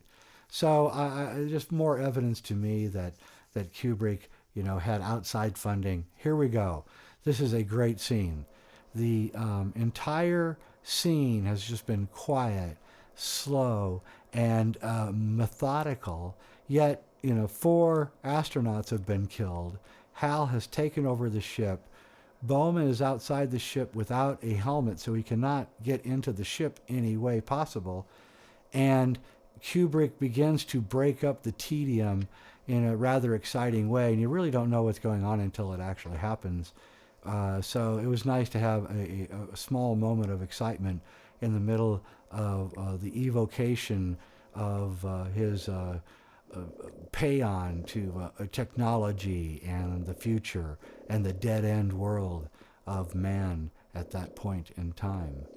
So now he's activated the torpedo that's inside the pod, and he is crawling into the torpedo shaft. He reaches up, he hits the switch, and of course the audience does not know what's going on here. So they can't figure it out. He takes a deep breath, which of course you wouldn't do. That's one of the only mistakes in the movie. And this was shot upside down, so the camera's looking straight up. And Bowman, or Keir Dullea, has a cable attached to him there, to his back. And so it makes it look like it's 0G. And it is possible to survive in 0G for about 2 minutes without oxygen. So this is all purely possible. And again, Kubrick is showing us now we finally have sound, because there is no sound in space. So as soon as gravity comes, we have sound. And now, shot in the red, fearful lights with his new helmet on, Bowman is moving forth to deactivate HAL. And Kubrick is shooting this scene, I'm pretty sure. This is all photographed by Stanley.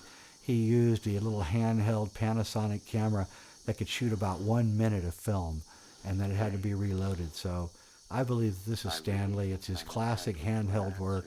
He does almost all of his own handheld stuff. And it's all done to create tension as he's going to deactivate HAL and end Chapter 3 of the movie. Now, HAL is, like I said before, HAL is a 1 letter away. HAL is 1 letter away from IBM. Of course, I follows H and B follows A and M follows L in the alphabet. And so we can see that HAL is the epitome of all artificial intelligence. And AI, or artificial intelligence, was the name of the film that Stanley was going to make after he made Eyes Wide Shut. Unfortunately, he died, and Steven Spielberg made it. And I love Steven Spielberg, but he is not Stanley Kubrick's intellect. And I think he missed the point of AI and turned it into kind of a sappy melodrama when Kubrick would have probably done it justice. And it's just really too bad that we didn't see the AI that Stanley Kubrick wanted to make. I love this scene where he's stepping into the red lights of the central processing unit of HAL. Look at this scene. Again, this was shot upside down. He's hanging from a cable, and now he's hanging from a cable the other way to show, to simulate 0G. And this is where Kubrick is just really showing off. And he's in the center of the CPU, and HAL is begging him to take a stress pill, think about what he's doing. But Bowman knows what he's doing, and he's going to deactivate HAL. Now we're going to watch HAL slowly die, and in a rather amusing Kubrickian way. And we're going to advance on to the most important scene in the movie. But Kubrick wants to show you how consciousness can be deactivated. And just like when in near-death experiences where people experience their life going backwards, so too does HAL live his consciousness backwards. I'm As afraid. Bowman deactivates each circuit of Hal's consciousness, we can hear Hal falling deeper and deeper into infantilism until in the end he's singing the Daisy song that he was taught when he was first given consciousness by his creator, the computer scientist who invented him. But we can also understand that we miss Hal, and we know that Hal's dying. And in this scene, it's the symbolic death of technology. After this, except for one short little scene where he flies the pod into the monolith, there is no more technology, because technology is the midwife between the ape and the Superman. The man will use technology to simulate the abilities that he will intrinsically have when he's achieved his enlightened state. In other words, he won't need a phone to make a phone call. He can just think it and talk to someone half the world away. He won't need the artifacts of our culture because he will have advanced. The Superman, the person that we are evolving into, will have advanced into that stage. And then we can shed technology just as surely as Bowman is shedding Hal, the conscious entity on board the ship. Again, the question really becomes, is this all a coincidence, or does Stanley Kubrick know this? My contention is that Stanley Kubrick was one of the most well-read individuals living on the planet of his time. He seemed to understand every single arcane subject that was ever brought up to him. He could talk at length about anything. Now remember, this guy didn't even graduate high school, and yet he was this smart. Yes, we know that he was a grandmaster chess champion, and we know he was an incredible cinematographer and photographer, but he was also a person who could discuss Kant and Schopenhauer, who understood the dynamics of existentialism, Buddhism, and I believe Gnosticism, because this is really the Gnostic drama unfolding in front of us. 2001 is a mass to Gnosticism. It is a ritual to the ancient Gnostic values. Here is Hal reduced to an infant, singing Bicycle Built for Two, slowly rolling down to where each syllable is drawn out until he disappears from consciousness. A great scene, well filmed, well acted, shocking in its simplicity. Now a video starts up mysteriously as soon as Hal's consciousness is shut down. Bowman looks up, and there's Haywood Floyd, the guy from the beginning of the film. And let's listen to what he's saying. During the mission, only by your HAL 9000 computer. Now that you are in Jupiter's space, and the entire crew is revived, it can be told to you. 18 months ago, the first evidence of intelligent life off the Earth was discovered. It was buried 40 feet below the lunar surface, near the crater Tycho. Except for a single, very powerful radio emission aimed at Jupiter, the 4-million-year-old black monolith has remained completely inert.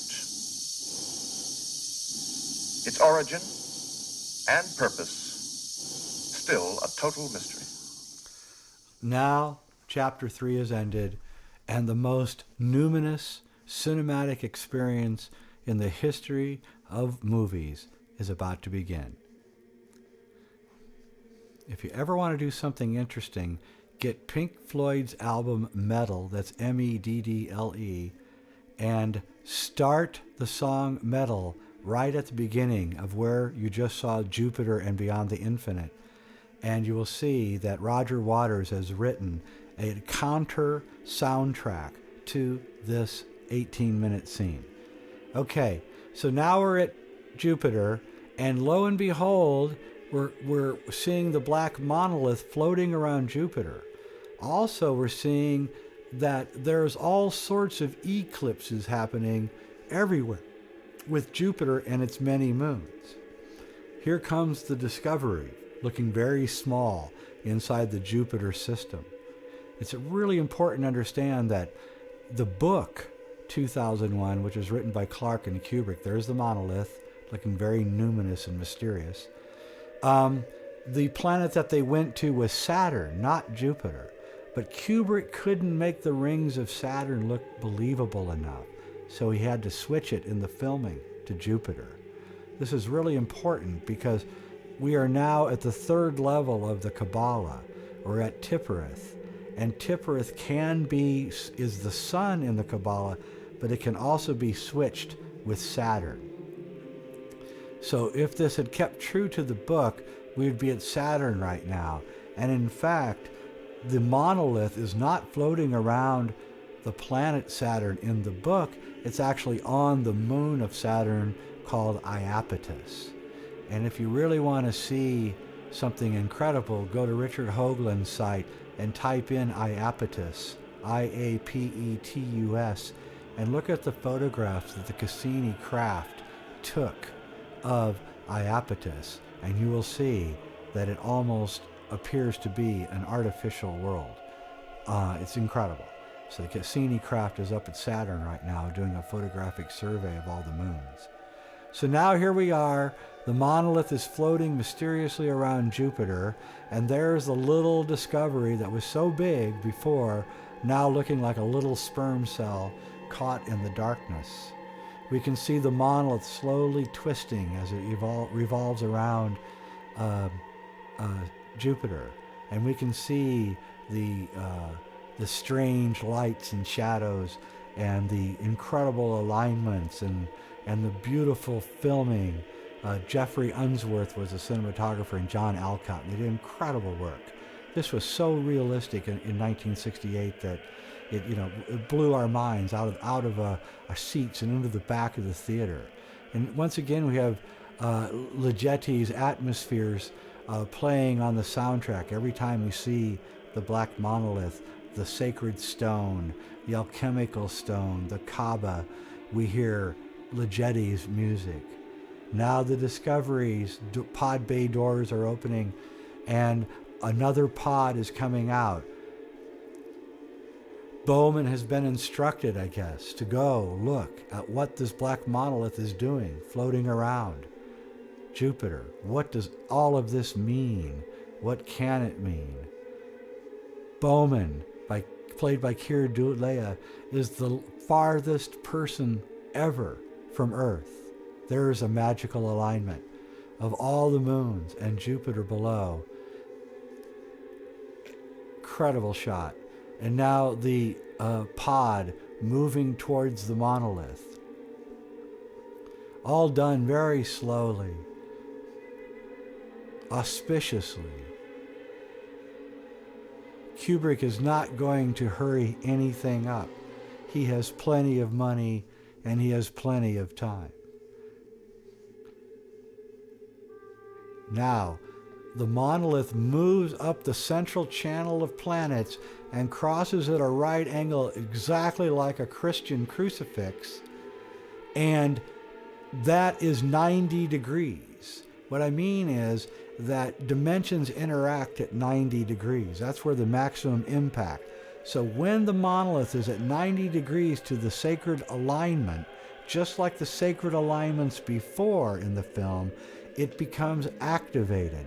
And so at the moment it goes to 90 degrees, the monolith is activated, and we see the colors begin to escape from the monolith, which is really a door into another dimension. And Bowman is the lead initiate, the first person to pass through the stargate.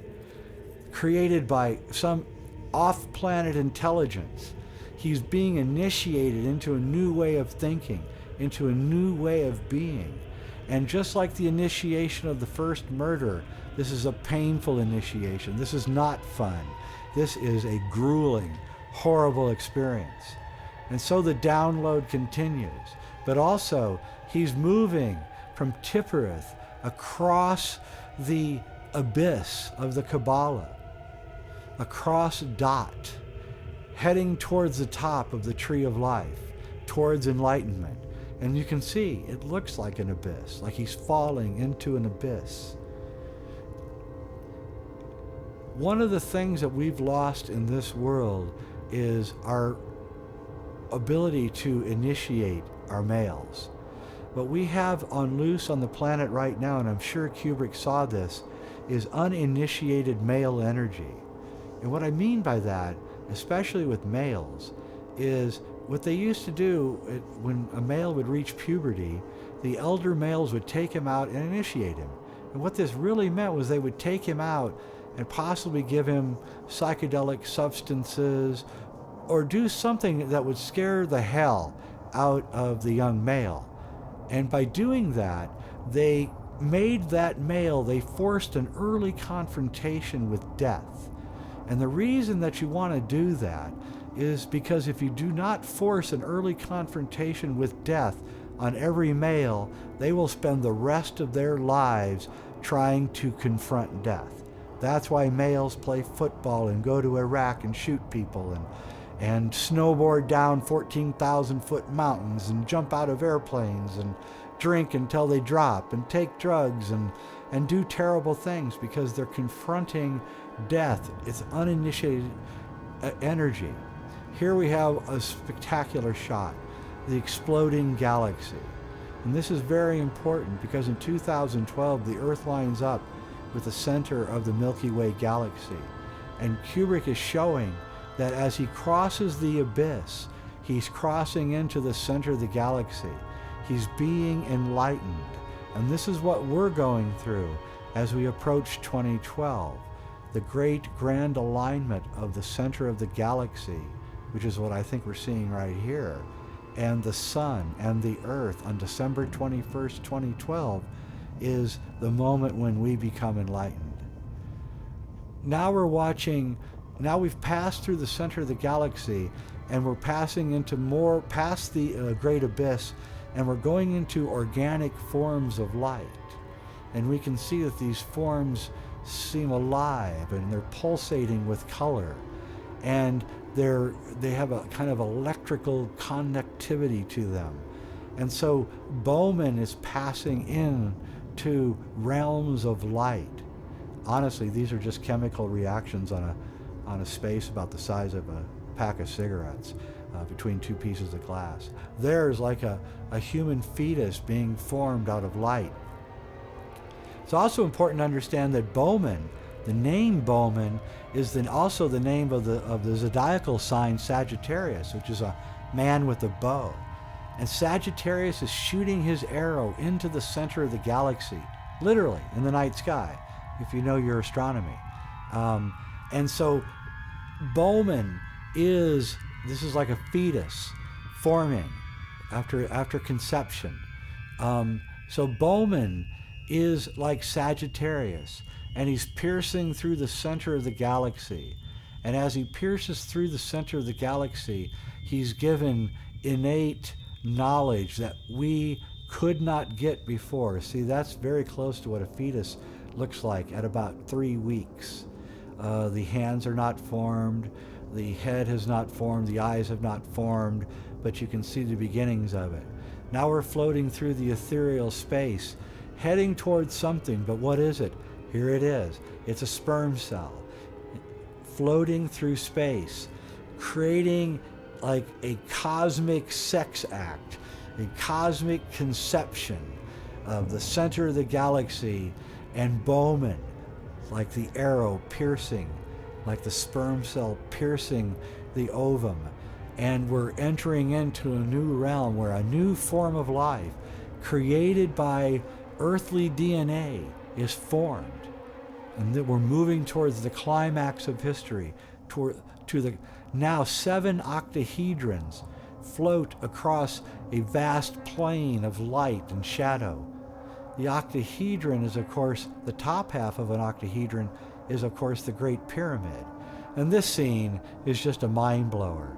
And I think he's saying that through geometry and through math, you can understand the great secrets of the universe. And indeed, as any scientist and artist can tell you, you can only understand the universe through number and through geometry. And Kubrick, who was a chess master, knew his geometry, knew his number, and as a vast reader of science, he knew that the human race can change into something better if it wants. Now we're floating, we're coming towards something. It's a world. It's a world that looks strangely like Earth, but also strangely not like Earth. And so we wonder, are we still on Jupiter? Are we in a completely alien world? Did we pass through the stargate and are the other side of the universe? Are we in the center of the galaxy? Are we on Earth, but an alien Earth? Kubrick isn't going to answer any of those questions. He wants you to think about it. He wants you to consider the possibilities. He knows that if you spend the time to consider the possibilities of what he's saying, that you will begin to consider possibilities that lie beyond the boundaries and the parameters of your own consciousness. And by doing that, you will find the escape hatch, the transcendent vehicle that will get us out of our situation, that will get you out of your situation. That is the key to consciousness. Necessity is the mother of invention, and it is only through necessity that we will invent our way out of our current predicament. And so Kubrick is saying that the curiosity that drove man to go to Jupiter to find out what the black monolith on the moon was trying to say is going ultimately to save us. If you notice here, we're moving closer and closer to the surface of this strange alien world that Bowman, the arrow piercer, has been thrust into. And I think he's saying, judging by the juxtaposition of the images, that a new child is going to be born from this act of consciousness, this act of intergalactic sex, so to speak, of the sperm cell that looked like the Discovery piercing into the heart of matter, which is really the mother in Latin, and creating a new being. And that is what the film, I believe, is ultimately saying, but we'll get to that later. So this initiation is incredibly dangerous, and there's no guarantee that Bowman is going to even be able to pull through, if he even can understand what is being said. And again, Kubrick is initiating you too. It's really incredible. I also want to say something about Stanley. His name is Kubrick, and that can be alliterated into cubed brick. And that's what the monolith is. It's a cubed brick. So Stanley is the monolith. But also there's something else about the monolith that's incredible. The monolith has the same exact proportions as the movie screen you're watching it on. In other words, Stanley, made the monolith to be in the same exact dimensions as the movie screen on which 2001 was to be projected. So the movie is the monolith. The movie is the transcendent vehicle that will show us how to get out. Now we're in the most important scene in the movie, I believe. And this scene is, Stanley struggled to shoot this thing. I think it took him like a month to shoot this little scene. So we've come through the abyss, the download. Bowman is in overload, can barely stand what he has seen. We're in a room, a strange French Baroque, like a hotel room from hell almost. And through the window he sees himself standing. And then we go to see him and we see that it is Bowman, but he's older now. Maybe he's even dead. We don't know. The room is incredibly interesting. If you count the squares on the floor, there are exactly 64 squares. Remember, Stanley was a prize chess player, and this entire ending is about chess and about 64. It should be noted that the magic square of Hermes is an 8x8 squared board. Hermes is the founder of alchemy. DNA, the 64 codons of DNA. Remember the scene with the great cosmic sex act, which is how DNA duplicates itself. 64 is the number of squares on a chessboard. 64 is the number of hexagrams in the I Ching, which can foretell the future. So we see there's a strange relationship between 64 and the chessboard and life and the square of Hermes and magic and alchemy, and Kubrick is fully aware of this. Bowman staggers in the strange room and sees himself in the mirror, looking dead, maybe just older. Kubrick isn't telling us. Either way, he doesn't like what he sees. He hears a sound, and he looks out from the bathroom towards the 64 squared room, the chessboard that lies just outside the bathroom. A bust of Beethoven in the corner there, Stanley's favorite composer, and also the object of the next film, A Clockwork Orange. And there, on the 64 squared chessboard, is someone eating.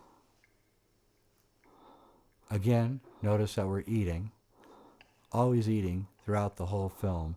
On the painting behind him, I think that's Gainsborough, there is a tree which looks suspiciously like the tree of life, again running right up the center of the frame. Bowman tries to figure out who is in this room with him. The person in the room hears Bowman and turns around to see what it is he's hearing, and ever so slowly, again, defying every rule of cinema, he moves his actors slower than they would ever move in real life, because he's not interested in telling you the standard narrative drama. Stanley is initiating you, the person watching it. Just as surely as Bowman has been initiated, so too you will be initiated. And that's how we felt in the late 60s, leaving the theater. Like we had been initiated into something, but we didn't know what it was. We didn't know what it meant. We didn't have any teachers. We didn't know. But it sent us off all on a quest to understand the deep spiritual principles that lie at the heart of all the cultures. And now we see that the person eating was Bowman, and he's even older now. So time has no meaning. Here's the chessboard in its full glory. All of the pieces on the chessboard laid out. Bowman walking right up the center pillar, just like he himself has traveled up the central pillar of the tree of life, so too he has traveled up the central pillar of alchemy to taste the celestial fire of consciousness and enlightenment. Now Bowman, who's just another piece on the chessboard, sits to eat his repugnant food. Given to him by who? Where is he? How did he get here? What is going on? No one seems to know. Who is feeding him? No one seems to know. Bowman sets the glass of wine down and he begins eating. And in the flash of a deeply delicious, audacious moment, Bowman breaks the wine glass, proving that no matter what, that human error will always be the thing that influences the outcome of everything. Staring down at the glass that he has broken, the error that he has committed, he looks across the room and sees himself dying in the bed. And in that moment, he knows that he's a player in a chess game, and now he's immensely old. And there's no one there, and he's all alone at the edge of the universe. He knows everything, and he's seen everything. But to what avail? Why? Slowly he lifts his crippled hand, points up into the sky at something, and tries to lift his head, but he's so weak he can barely move. And he looks up at the monolith, which looks like a door or a gateway or a giant book, checkmating him on the chessboard of life. And he knows that it is the monolith that is that which has driven him forth. He knows that it is the monolith that is the purveyor of consciousness, of change, of enlightenment. And in that moment, he becomes a being of light, and he's reborn in that light to go on, a star child, the new human, transformed, transfigured, consciously falling through the stargate of Stanley's delicious, audacious black monolith, crisscrossing. Thus spake Zarathustra. The world riddle theme once more comes up, and the riddle of the world has been solved. And we are transmuted into beings of consciousness, light beings. The end of it. And as the star child approaches the earth, we go to Arthur C. Clarke's novel 2001 and the last sentence. Then he, the star child, waited, marshaling his thoughts and brooding over his still untested powers. For though he was master of the world, he was not quite sure what to do next, but he would think of something.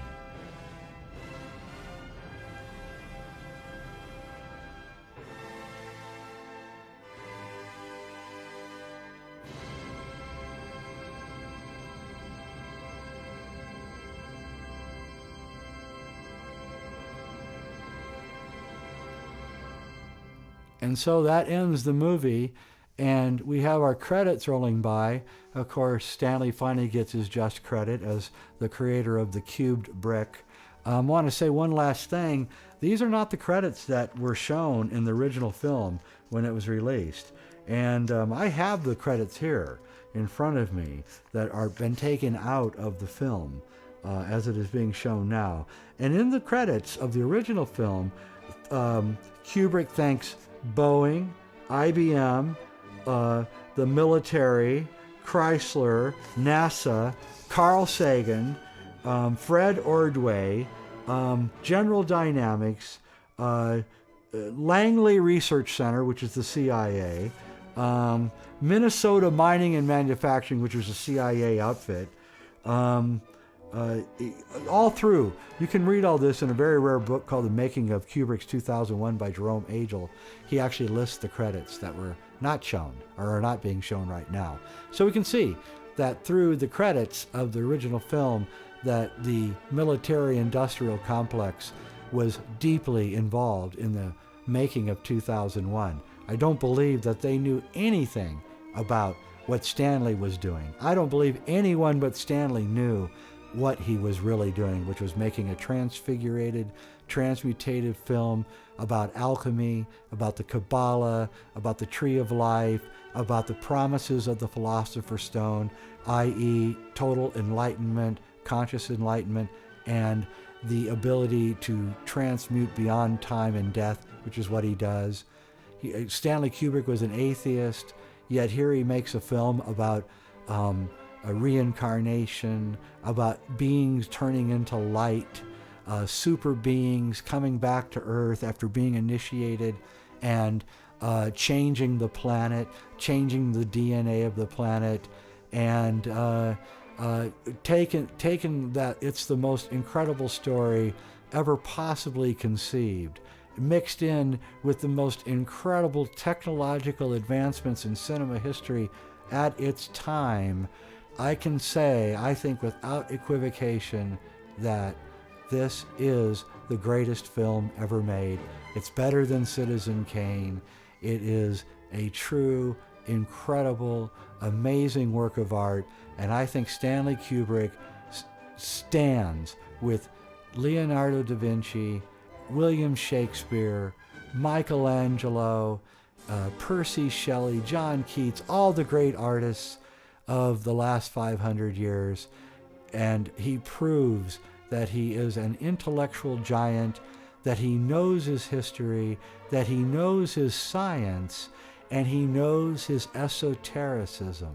And this is the ballsiest roll of the dice ever in cinema history, and Stanley Kubrick won. And the reason he won was because he knew that if he created a mythical movie, a movie that appealed to our deep psychological urges and needs, that we would flock to see it. And we did.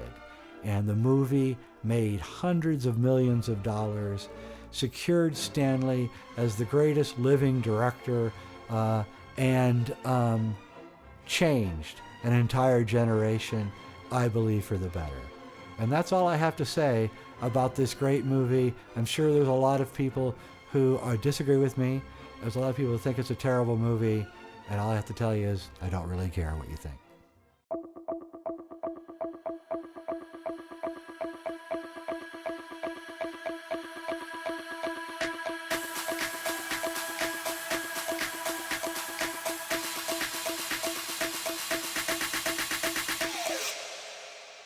You